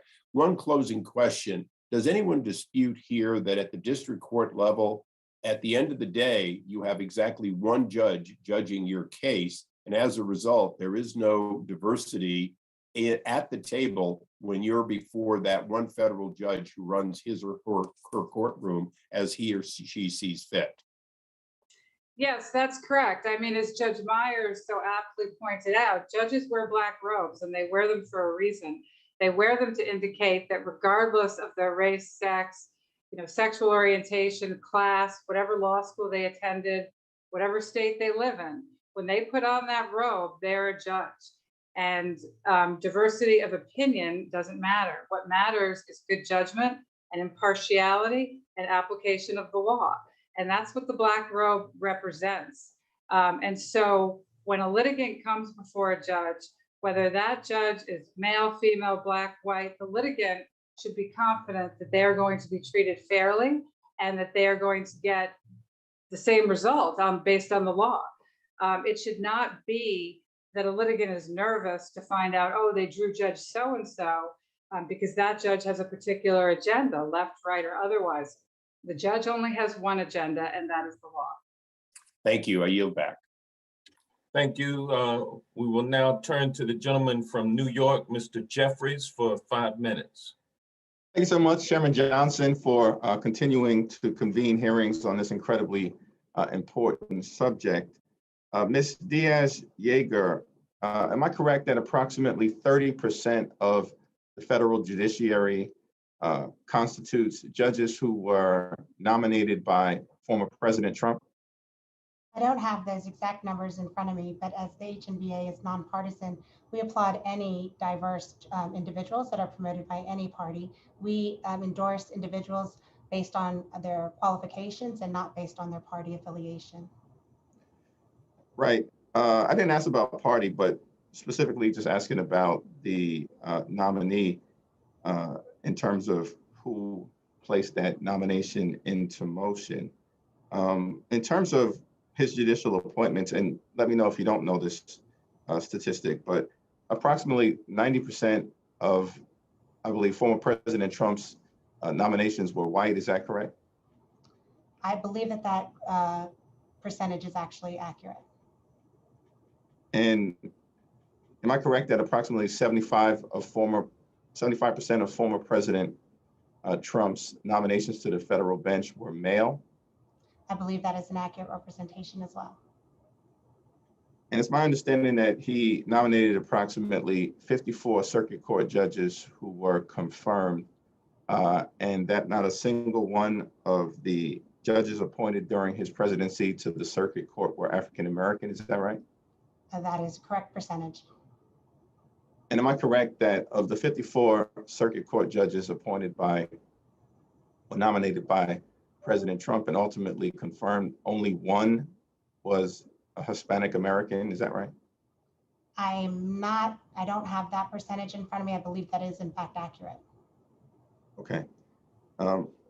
So I just think that obviously qualifications are paramount in terms of one's capacity to be able to evaluate the cases that come before an Article III federal court. I was proud myself to have an opportunity to clerk for a federal district court judge in the Southern District of New York, as was the case, I believe, with many of my colleagues.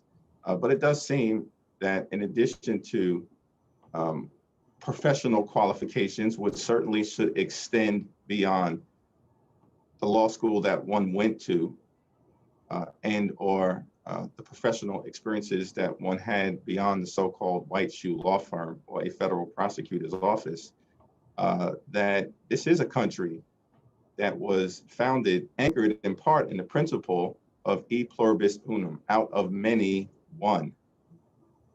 And so the federal bench should seemingly reflect the many. The framers of the Constitution thought was important to the country in the broadest possible way: race, religion, gender, sexual orientation, region, yes, ideology, and also life experiences. So, Mr. Warner, you testified that people spending a majority of their career in private practice or as federal prosecutors comprise approximately 70% of active federal appeals court judges. Is that right? That's right, Representative Jeffries. And how does this lack of professional diversity impact the court and the justice that the American people can expect to receive? Well, I think the skill sets on any bench that we look at should be considered as we make additional appointments. As we look at any given bench, if the bench is entirely full of former U.S. assistant attorneys and we have no immigration law experts, no defenders, no federal defenders, and no others with divergent legal expertise, I think it's fair for the public to worry that we may be missing other areas of broad legal expertise that we need on our federal benches. And so I think it is within these committees' purview to really focus on recruiting those types of legal expertise that might be missing on their particular bench to continue to engender trust in the community. Yeah, thank you. I mean, I think a Congress that is diverse, broadly speaking, is consistent with what we're supposed to be as the House closest to the American people. You want to reflect that diversity in every possible way. It seems to me that the Article 3 federal bench should reflect that broadest possible diversity as well. Thank you, Chairman Johnson, for convening this hearing, and thank you to all the witnesses and the judges who served this country well. Thank you, sir. And next we will go to my friend, the distinguished gentleman from Texas, former judge, Judge Gomer. 5 minutes, sir. Thank you very much, Mr. Chairman. I appreciate that. And I see that we still have Judge Myers. Is he open to being questioned? Well, our first panelists are not questioned today. Okay. Well, Judge Myers, thanks for your availability. Mr. Braceras, we heard earlier about what it means to walk into a court and identify by race with the judge, the people involved in the court. My experience in federal court was a great deal different. It depended on the client, and we were much more concerned with the political leanings and the beliefs of the judge as to how the client was going to be treated. If you were going into court, would you be more concerned that you were going before a very activist judge who is known for legislating from the bench, who didn't care for your political positions, or someone that actually, regardless of race, creed, color, gender, any of those things, actually was open-minded that you could see from prior rulings? What will your thought be as you go into that courtroom? Yeah. Ms. Braceras, you may unmute. Yep, got it. Sorry. Okay. Thank you for your question. My hope would be that whatever judge I was before, regardless of who appointed that judge, regardless of that judge's political views, and regardless of that judge's personal background, I would give my client a fair hearing. That's the way the system's supposed to work. And theoretically, there should never be an issue. But my concern in this day and age would be more that that the judge was politically motivated or had a political bias. The truth is, it doesn't really matter whether there's political balance on our courts if judges are doing what they're supposed to do, which is leaving that political and personal bias at the door when they put on their robes and coming to the bench as neutral arbiters of the law. So balance isn't really the issue when it comes to politics. The issue is judicial philosophy, and only when we appoint judges who understand that their role is not to solve social problems, but to resolve disputes pursuant to the law, only then can we be sure that our clients are getting a fair hearing. Yeah, well, and having heard Judge Clarence Thomas, Justice Thomas brought up earlier, I couldn't agree with you more. And I remember Miguel Estrada. I mean, they left that incredible luminary out there just hanging, left his life in limbo month after month after month. And his treatment was so outrageous. But I'm sure you recall Clarence Thomas' statement that he was the wrong Black man. His race really made him more susceptible to being attacked. But I was glad to hear earlier the comment that we have too many judges from Yale and Harvard. There are outstanding law schools all over this country, some more so in certain fields than others. But I've been shocked at just how few Supreme Court justices are considered that went to some other law school, no matter how brilliant. I would love to see more diversity in that area. Would you comment about that? Sure. Well, as a graduate of Harvard Law School, I can't say I think there are too many of us out there, but I agree with your basic premise that elite educational pedigree is not necessarily the best determinant of what would make a good judge. I was thrilled to see Justice Barrett bring that type of diversity to the court. Notre Dame is, of course, still a very prestigious law school, but it's not up with the ranks of Harvard and Yale in terms of the number of judges that we have from those schools. So I was pleased to see her bring that diversity, and I think she's a perfect example of how really you can find competent, brilliant judges from any law school in the country. So the test shouldn't necessarily be, did you go to Harvard or Yale? The test should be, are you impartial? Do you have the integrity? Do you have the professional experience after graduating from law school?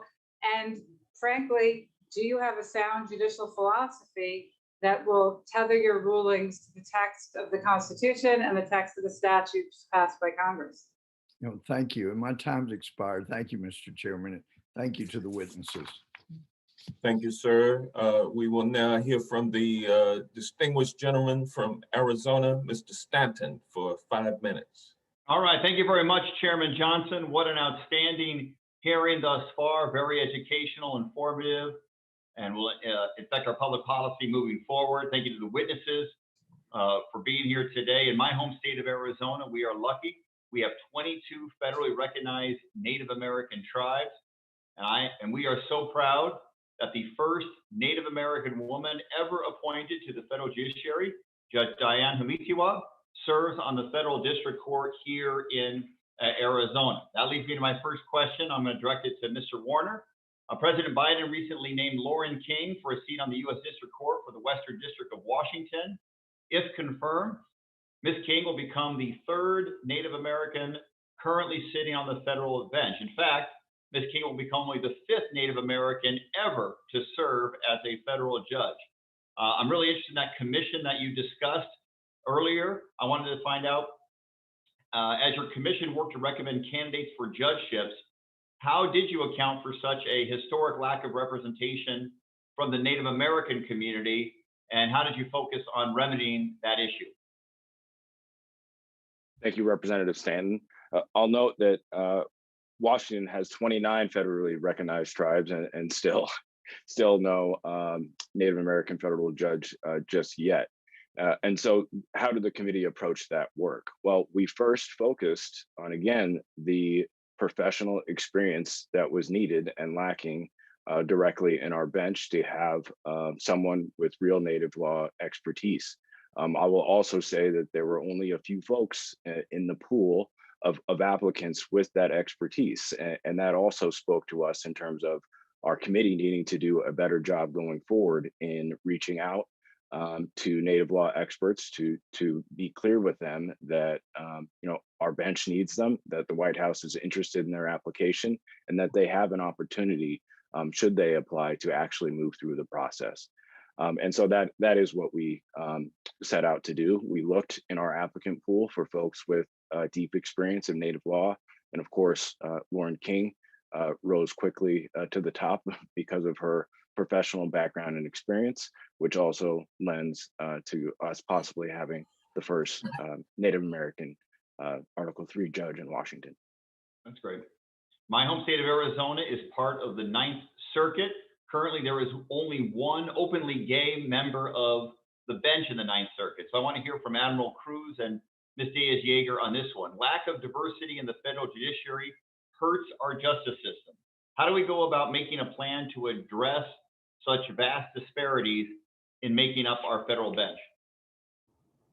I'm happy to address that first, Congressman. So how do we do that? What we do is we expand our networks, and you rely on affinity bar organizations such as the HNBA. So by expanding that network, you also expand inherently the pipeline.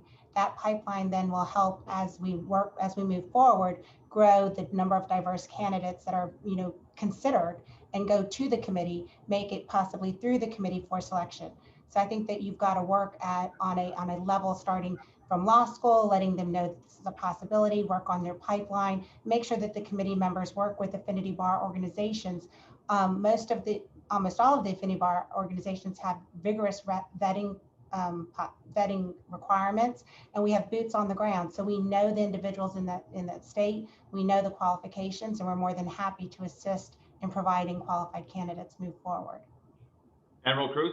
Yeah, Congressman, I would add that in order to fill the pipeline that Ms. Diaz-Yeager referred to, all those involved, all concerned, involved in the identification, the attraction, the vetting of judicial candidates really need to optimize their processes and intake, perhaps quite drastically.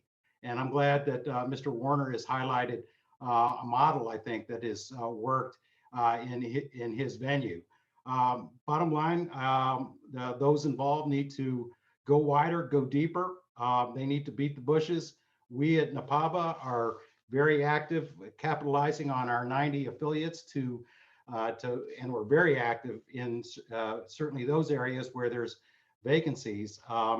And we are making sure that that we address the issues of oblivion around career possibilities, the lack of mentors that I mentioned earlier, role models, and frankly, the lack of leadership development. All right, my final question is, what can we as members of Congress do to support your efforts to identify and encourage diverse legal professionals from our districts and communities to join the judge candidate pool? And that's either for Mr. Warner, Admiral Cruz, or Ms. Diaz-Yeager. Representative Sanders, I'll start by saying I think appointing diverse commissions is really the key to some of the success that we've had in the Western District of Washington. And in my last answer about Lauren King, I should have mentioned that one of the reasons we had the ability to evaluate tribal law expertise is because we had a tribal law expert, Ryan Ramirez, who represents one of our local tribes, on the committee. And so we had that level of expertise to truly say this person or that person will have an ability to bring value to the bench from a professional and diversity standpoint that we need. And if we had to add one more thing to a wish list, I mean, if we could, if you could influence folks in the other chamber, the senators, to broaden out their identification and search process for candidates, utilizing the resources such as the HMBA, such as NAPABA, such as the NBA, and all the other affinity bars, I think it would inure to the benefit of the entire process.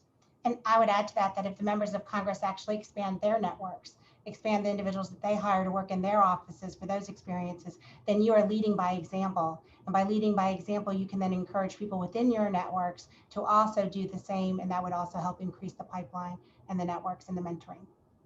Thank you much. I yield back. Thank you. We will now turn to the gentleman from Louisiana, Mr. Johnson, a distinguished lawyer, for 5 minutes. Thank you, Mr. Chairman. I appreciate that. This is an important hearing, and this subcommittee is, as you noted earlier, is having its second hearing about the importance of a diverse federal judiciary.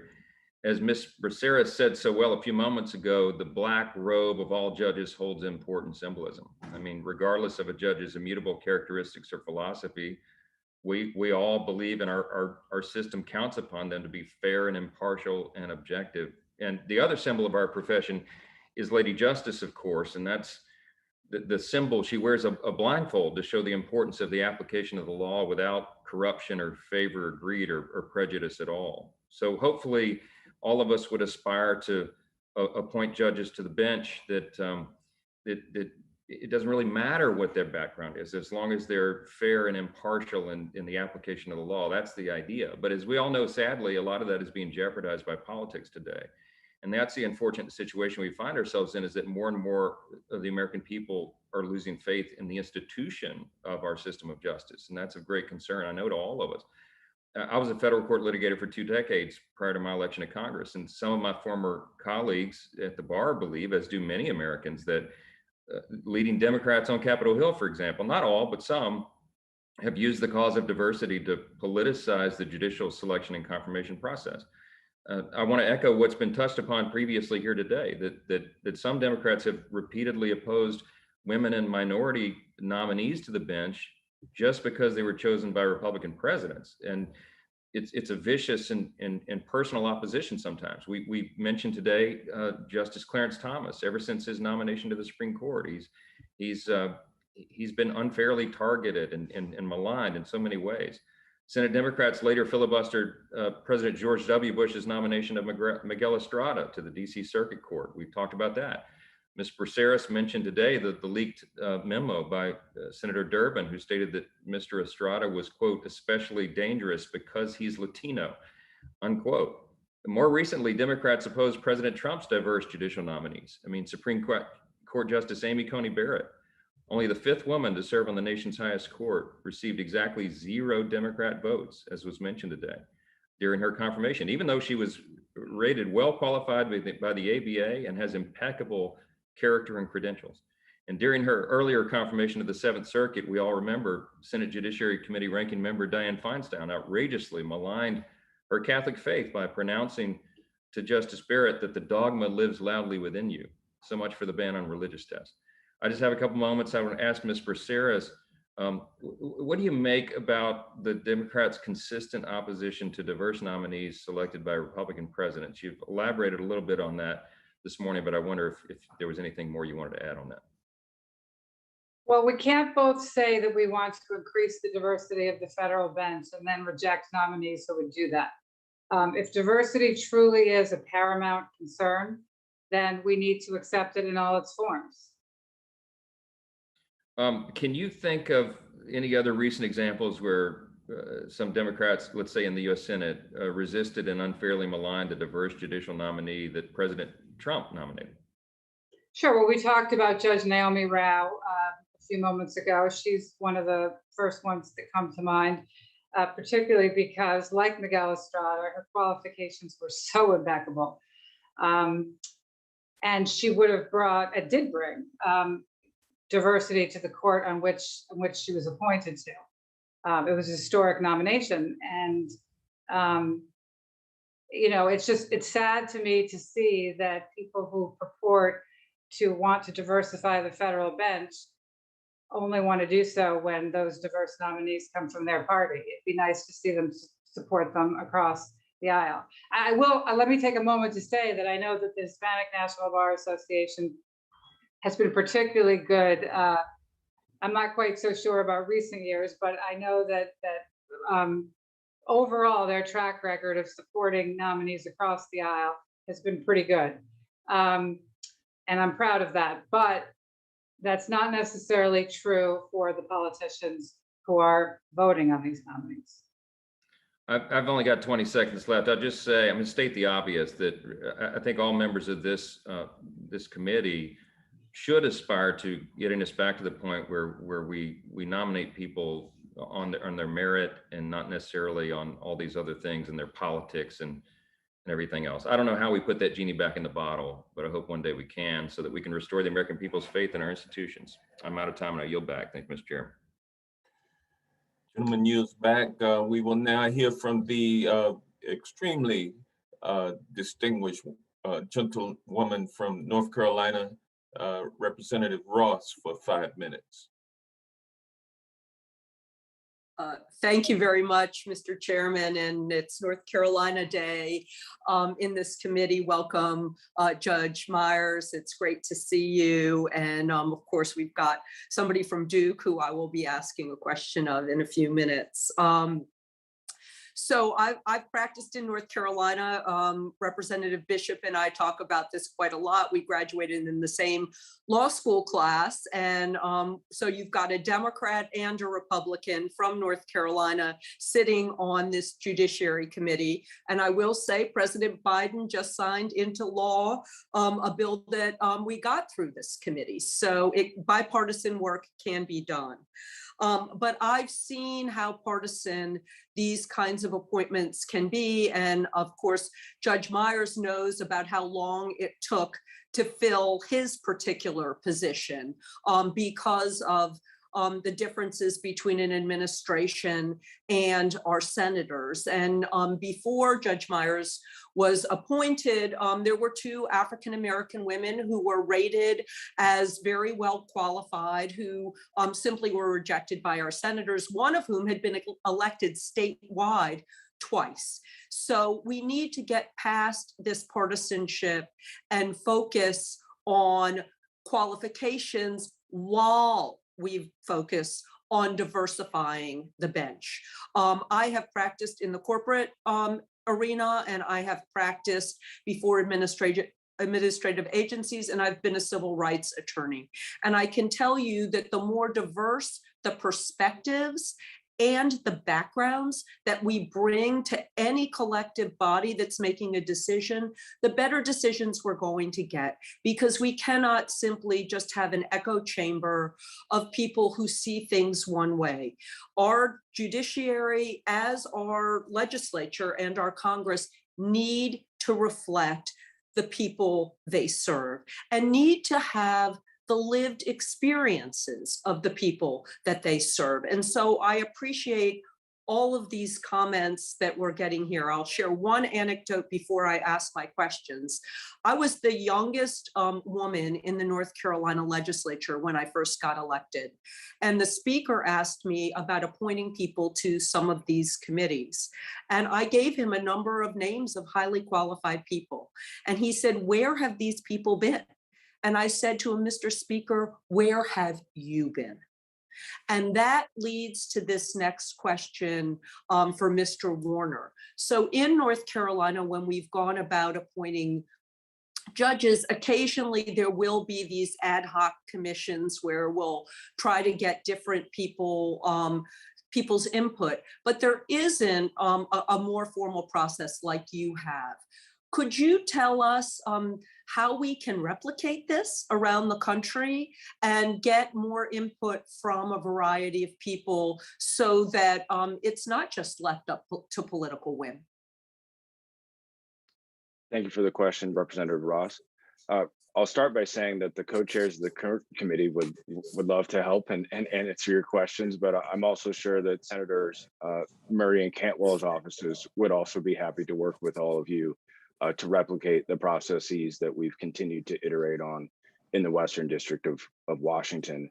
And I will say that it is really a conversation with the senators' offices to understand the needs of the senators' offices along with the White House every time that we have a vacancy. And then we get together and look at our last committee to decide whether we need to add additional members to really reach out into our community to make sure that we are finding those people that were already there, and we just need to look a little bit harder. So happy to work with you or your staff or make those connections. Thank you very much. And Ms. Diaz-Yerger, given that many judges look to clerks in order to, well, we look to see if they've had clerkships. How do we diversify those clerkships? How do we get more people in that pipeline?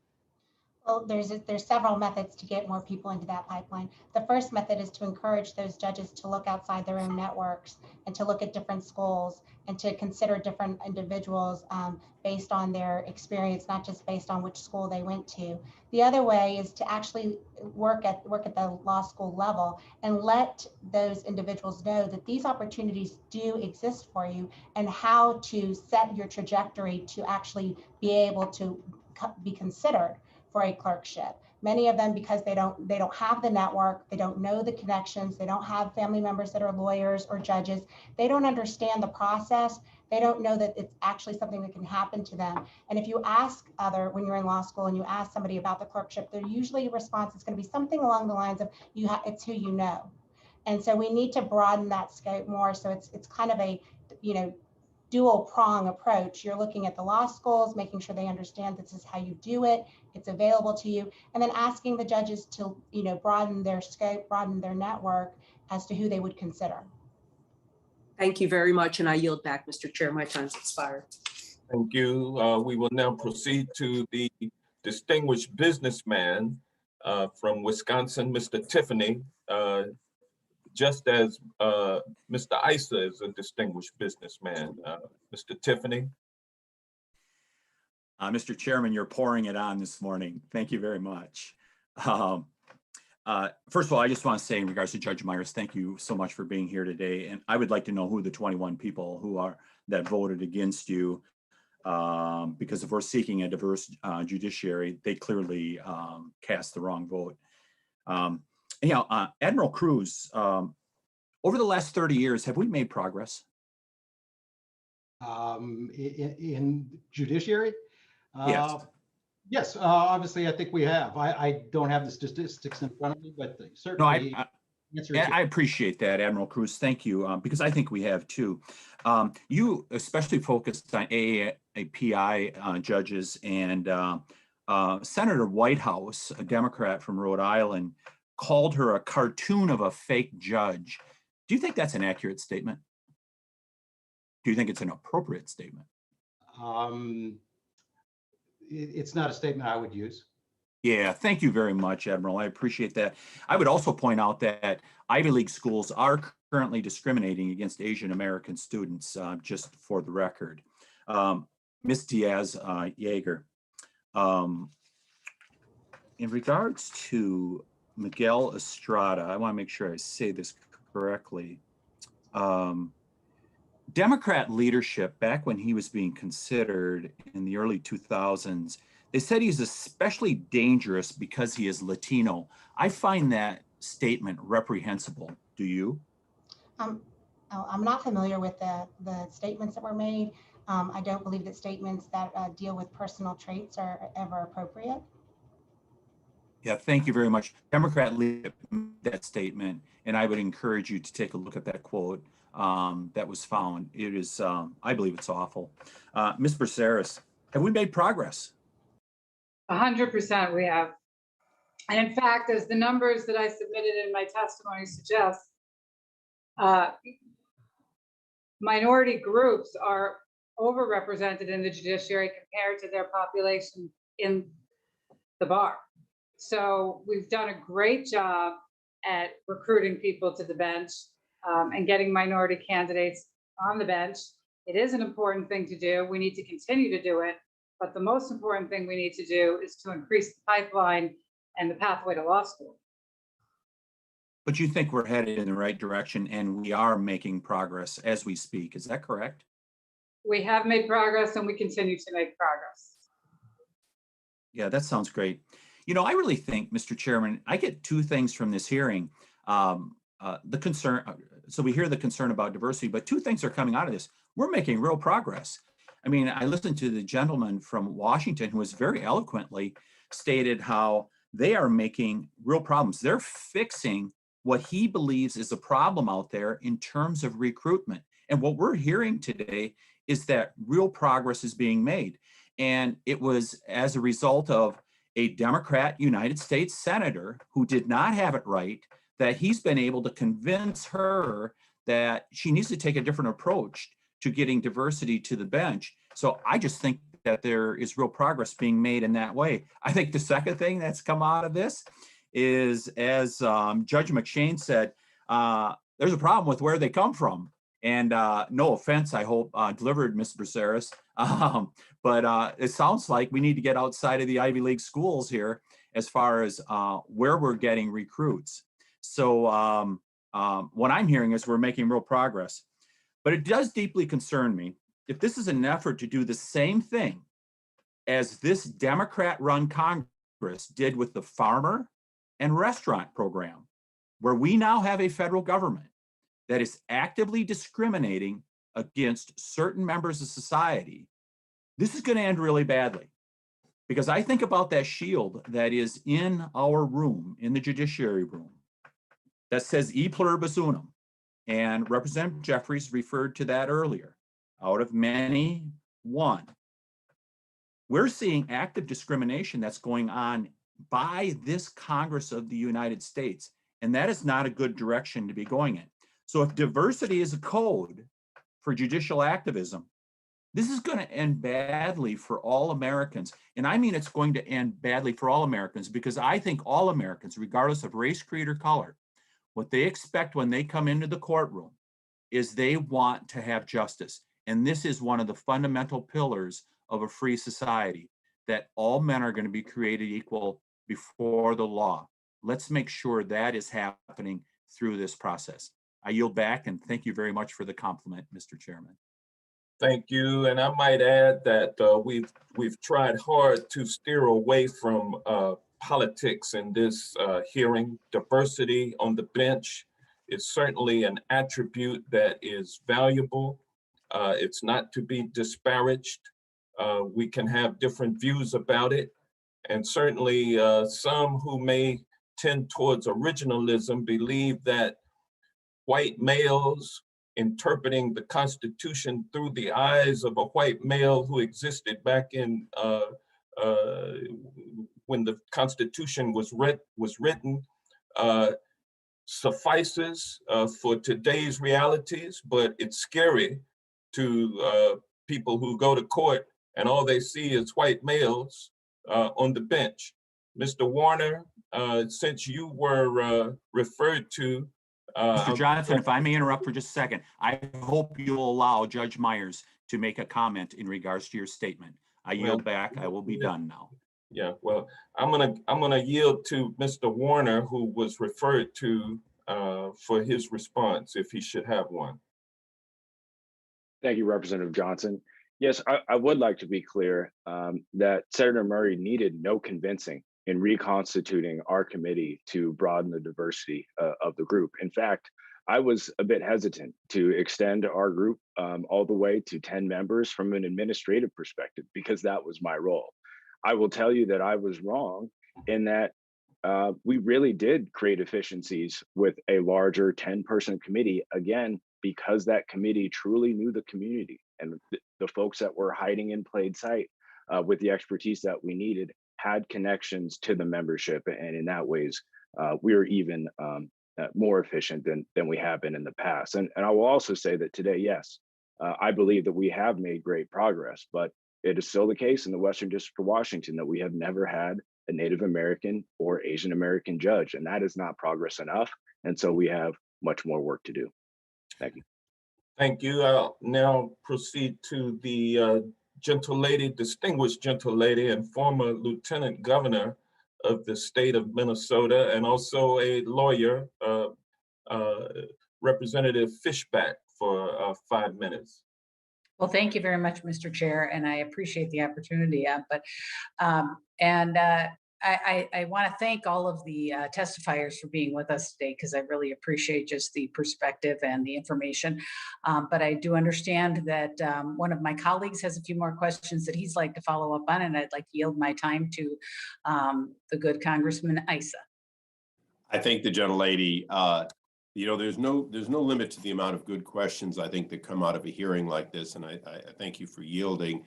You know, it's interesting. I've put about 8 members of my staff over 20 years through law school, and as I've watched them each go to law school and then take the bar, I've been struck by the fact that law school doesn't teach what you need to know to pass the bar. And neither of them seems to teach what you need to know to be a practicing attorney. So I'm going to ask, and I'll start with Ms. Becerras, but I think each of you could answer this. If we assume that, as one of my favorite but unheard of songwriters wrote, Gary Hall, who wrote, "Any little boy can be the president if he was born in the USA," any little girl can too. The fact is, we know that to be president, you've got to be 35 and naturally born. Let me just quickly, if you're 25 years old and graduate from law school, what is it you do not have that you need to acquire in order to be a federal judge? And I'd like all of you to answer it in writing, but maybe we'll start with just one oral answer. Well, I would say experience, maturity, and judgment. The most important quality of being a judge is good judgment, and that's something that it sometimes takes people, several years of practice to acquire. So, although we don't have strict age, we generally take someone in their 40s or 50s to be federal judges. So they kind of get the age and some experience. And I'm going to follow up, since you're a Harvard alum. None of the attributes you mentioned actually have anything to do with the, if you will, the quality of the law school you went to or the prestige, correct? That is absolutely correct. And just to follow up, because I haven't practiced before the federal bar, when you're before a federal judge, you've got a pretty diverse group of cases. You've got patent, antitrust, a host of criminal cases, obviously immigration at times. Is there any one person, any one lawyer you ever found who came to the bench with the ability and experience in all those areas? No, of course not. In fact, I'll refer to my own father, who's a judge on the Second Circuit Court of Appeals, Judge Jose Cabranes. He was appointed to the bench by President Carter at the age of 38, the first Puerto Rican appointed in the continental United States. Many people thought he didn't have the experience at the time. He had been a litigator for only a few years and then was coming to the bench from being general counsel of Yale University. People thought he didn't have enough courtroom experience. He had never tried a case to completion, although he had argued many motions. I would argue, and I hope most of you would agree, that he's turned out to be a fantastic judge, a judge that's respected on both sides of the aisle. And so you don't have to have experience in every area of the law to be a district court judge. Most of judging you will learn on the bench. Judges go to judge school once they're first appointed, and they learn from their colleagues, and they learn from experience. So what's really most important is not experience in terms of have you tried cases in every single area of the law that you might face. The question is, do you have maturity of judgment? Do you have a sound judicial philosophy? Do you have integrity? And do you have the legal skills to learn on the job and to make decisions quickly and decisively and impartially? Now, I'm going to presume that if you've read Alan Dershowitz's book from about early in the 20th century, when there was a proposal to reduce the number of Jewish people attending Harvard, I would assume that you would object to us limiting the number of Harvard nominees in the future. Well, I don't think there should be any arbitrary limits. Our Constitution anticipates that this is a political process. The Constitution left it to the president to make the appointments and the Senate to confirm, and the senators have a role to play in terms of selecting nominees to the district court and sometimes the Court of Appeals as well. That is all appropriate and consistent with our Constitution. I don't think there should be any arbitrary rules about who they should pick or what their backgrounds should be. Well, thank you. And Mr. Chairman, at this time, I think it's appropriate to ask that the article from the Pew Research Foundation be placed in the record because it quite frankly shows that Jimmy Carter had more appointments than Donald Trump. And as was just noted, some of them are still on the bench. And I think his were a little more diverse as well, President Carter. So noted and without objection, so ordered. Next, we will hear from the gentleman from Wisconsin, Mr. Fitzgerald, distinguished newspaper publisher, for 5 minutes.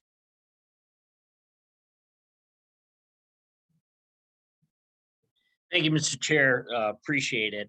I just wanted to kind of back up a little bit and if we could kind of address what some of the members had touched on. And that was kind of the profile, I think, that's being developed by specific courts in a predisposition on how they take cases, receive cases, who presents in front of them, which attorneys, are either shopping venue or looking for a specific judge. And because my experience has been, if you want an attorney that practices in a specific court with specific attorneys, you go to one district or another. I mean, it's a predisposition that you would actually make the determination to which you're hoping for the best outcome. And then, let's talk about the circuits. When you're in front of a 3-judge panel and you kind of know that, well, we're in pretty good shape going into this case, as I've had many discussions with attorneys that have represented the state legislature over the years. I mean, isn't that as big an issue as anything that we've kind of discussed here this morning? And I was wondering if Ms. Braceras could address that first. Yes, I agree. Forum shopping is a problem. It shouldn't be that way. Theoretically, you should get the same justice in the Eastern District of Texas that you would get in the Southern District of New York. That is absolutely what we should aspire to. I'm not sure how you fix that, but I agree with the premise of your question. Mr. Warner, do you have a comment on that aspect of kind of what we've been discussing here today?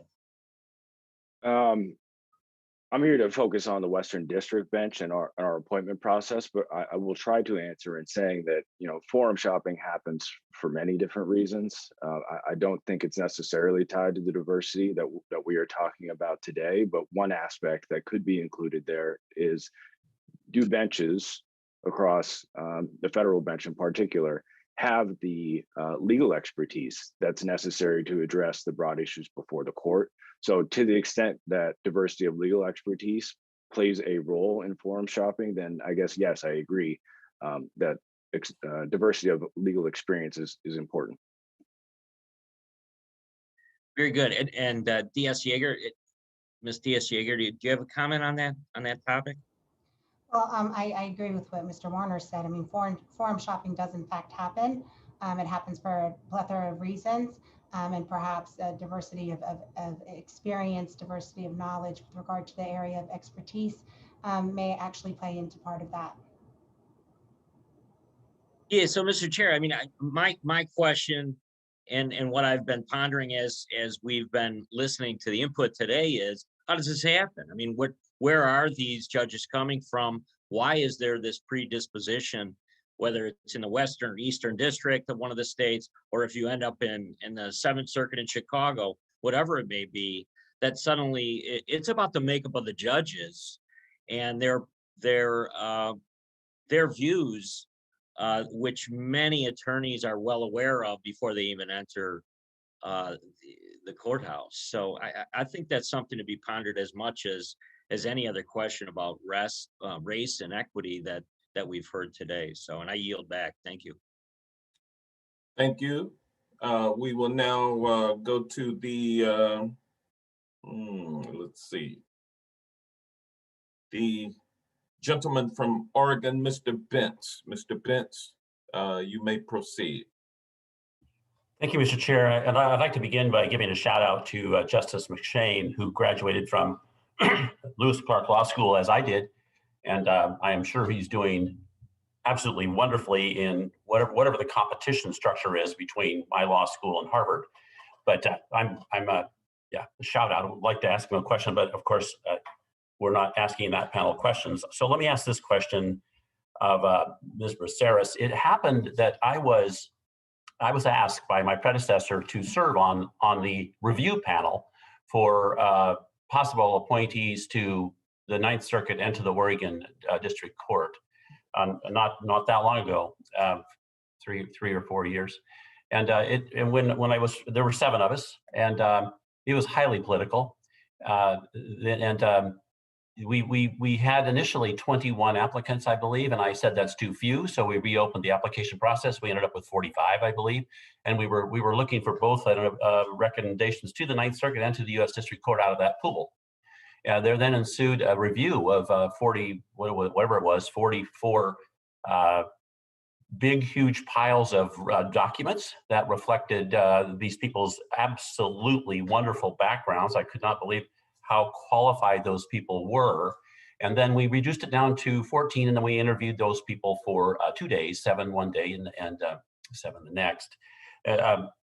Incredibly incredible people, every one of them. My question is this: before we went to those interviews, all we had was paper, and I didn't just feel inclined to Google anybody or anything else, and I don't recall any indication in the application forms of what race or what gender or what minority or anything of that nature. In other words, my review was without that input. And my question to you would be, was that the right way to do it? Or should we have been told, should there have been a form calling out the minority status of these applicants? I actually think that's highly unusual. I've served on a search committee for a magistrate judge, and my husband actually serves on the Judicial Nominating Commission for our state. And I've had some informal experience also advising people in White House counsel's office about potential nominees. And it's always been, from my understanding, a transparent process in terms of people have an opportunity to identify their backgrounds. I've never seen a process actually, or heard of a process that didn't ask them to identify their backgrounds. That doesn't mean that's not an acceptable way to do it. But I do think the point you made initially about expanding your search is an important one, because you said that you started off with a certain number of candidates and you asked for more. I think a lot of, when we talk about increasing the diversity on the federal bench, recruitment is a big part of that, encouraging people to apply, reaching out to the affinity bars, as we've talked about, and getting the word out that these are opportunities that are available, that people should throw their hat in the ring. So I think the main way to get diversity, in addition to increasing the pathway to law school and the number of law school graduates who are people of color, would be in terms of recruiting and getting people to throw their hats in the ring. That's where we can make the biggest difference, I believe. Thank you for that. And in the 1 minute I have left, I'll ask this question of Mr. Warner. And it seems almost as if, and I think a number of previous folks have bumped into this, that we are condemning, if you will, the current folks on the bench by saying that they are inadequate and that they are, as a group, not adequately representative of different portions of our population. And that appears to be, and this is not to say that I in any way support not having minorities. I'm totally supportive of having a balanced bench, as long as we don't give away, as Mr. Johnson mentioned, the primary focus on the merits. But my question to you is, how would you measure that inadequacy now? I know we heard about at the district court level, when a minority comes before a non-minority judge, there's a problem. What other problems come up, let's say at the appellate level, by virtue of this inadequate representation of minorities? Thank you, Representative Bentz. First, I wouldn't say that we are at an inadequate place with our current Western District bench. In fact, we're very proud of the diversity on our Western District bench that's currently there. But the reality is that we have several judges retiring or going into senior status. And so we have 5 vacancies. And those 5 vacancies are coming up now in a context where, we have more diversity within our judicial community, within our legal community than we did 15 years ago. And the judiciary should continue to reflect the changing landscape of our local community. And so we were intentional about doing so in this process. Thank you, Mr. Chair. I yield back. Thank you. And Representative Bentz, I neglected to point out the fact that you yourself have served admirably as an attorney, partner in a law firm for decades, and also a farmer. So thank you for your service. And I believe that we have exhausted the number of representatives who are available for questions. And so we are at the conclusion of today's hearing. So I want to thank all of the panelists for appearing and for their testimony. Without objection, all members will have 5 legislative days to submit additional written questions for the witnesses or additional materials for the record. And with that, our hearing is adjourned. And by the way, I like the bolo tie, Representative Issa. Well, thank you. You know, being in the West, it seemed appropriate to wear today. I'm in San Diego. So, you know, in the land of Ronald Reagan, an open shirt would be inappropriate, but not this tie. So thank you. Thank you again for holding this hearing. I think we all benefited.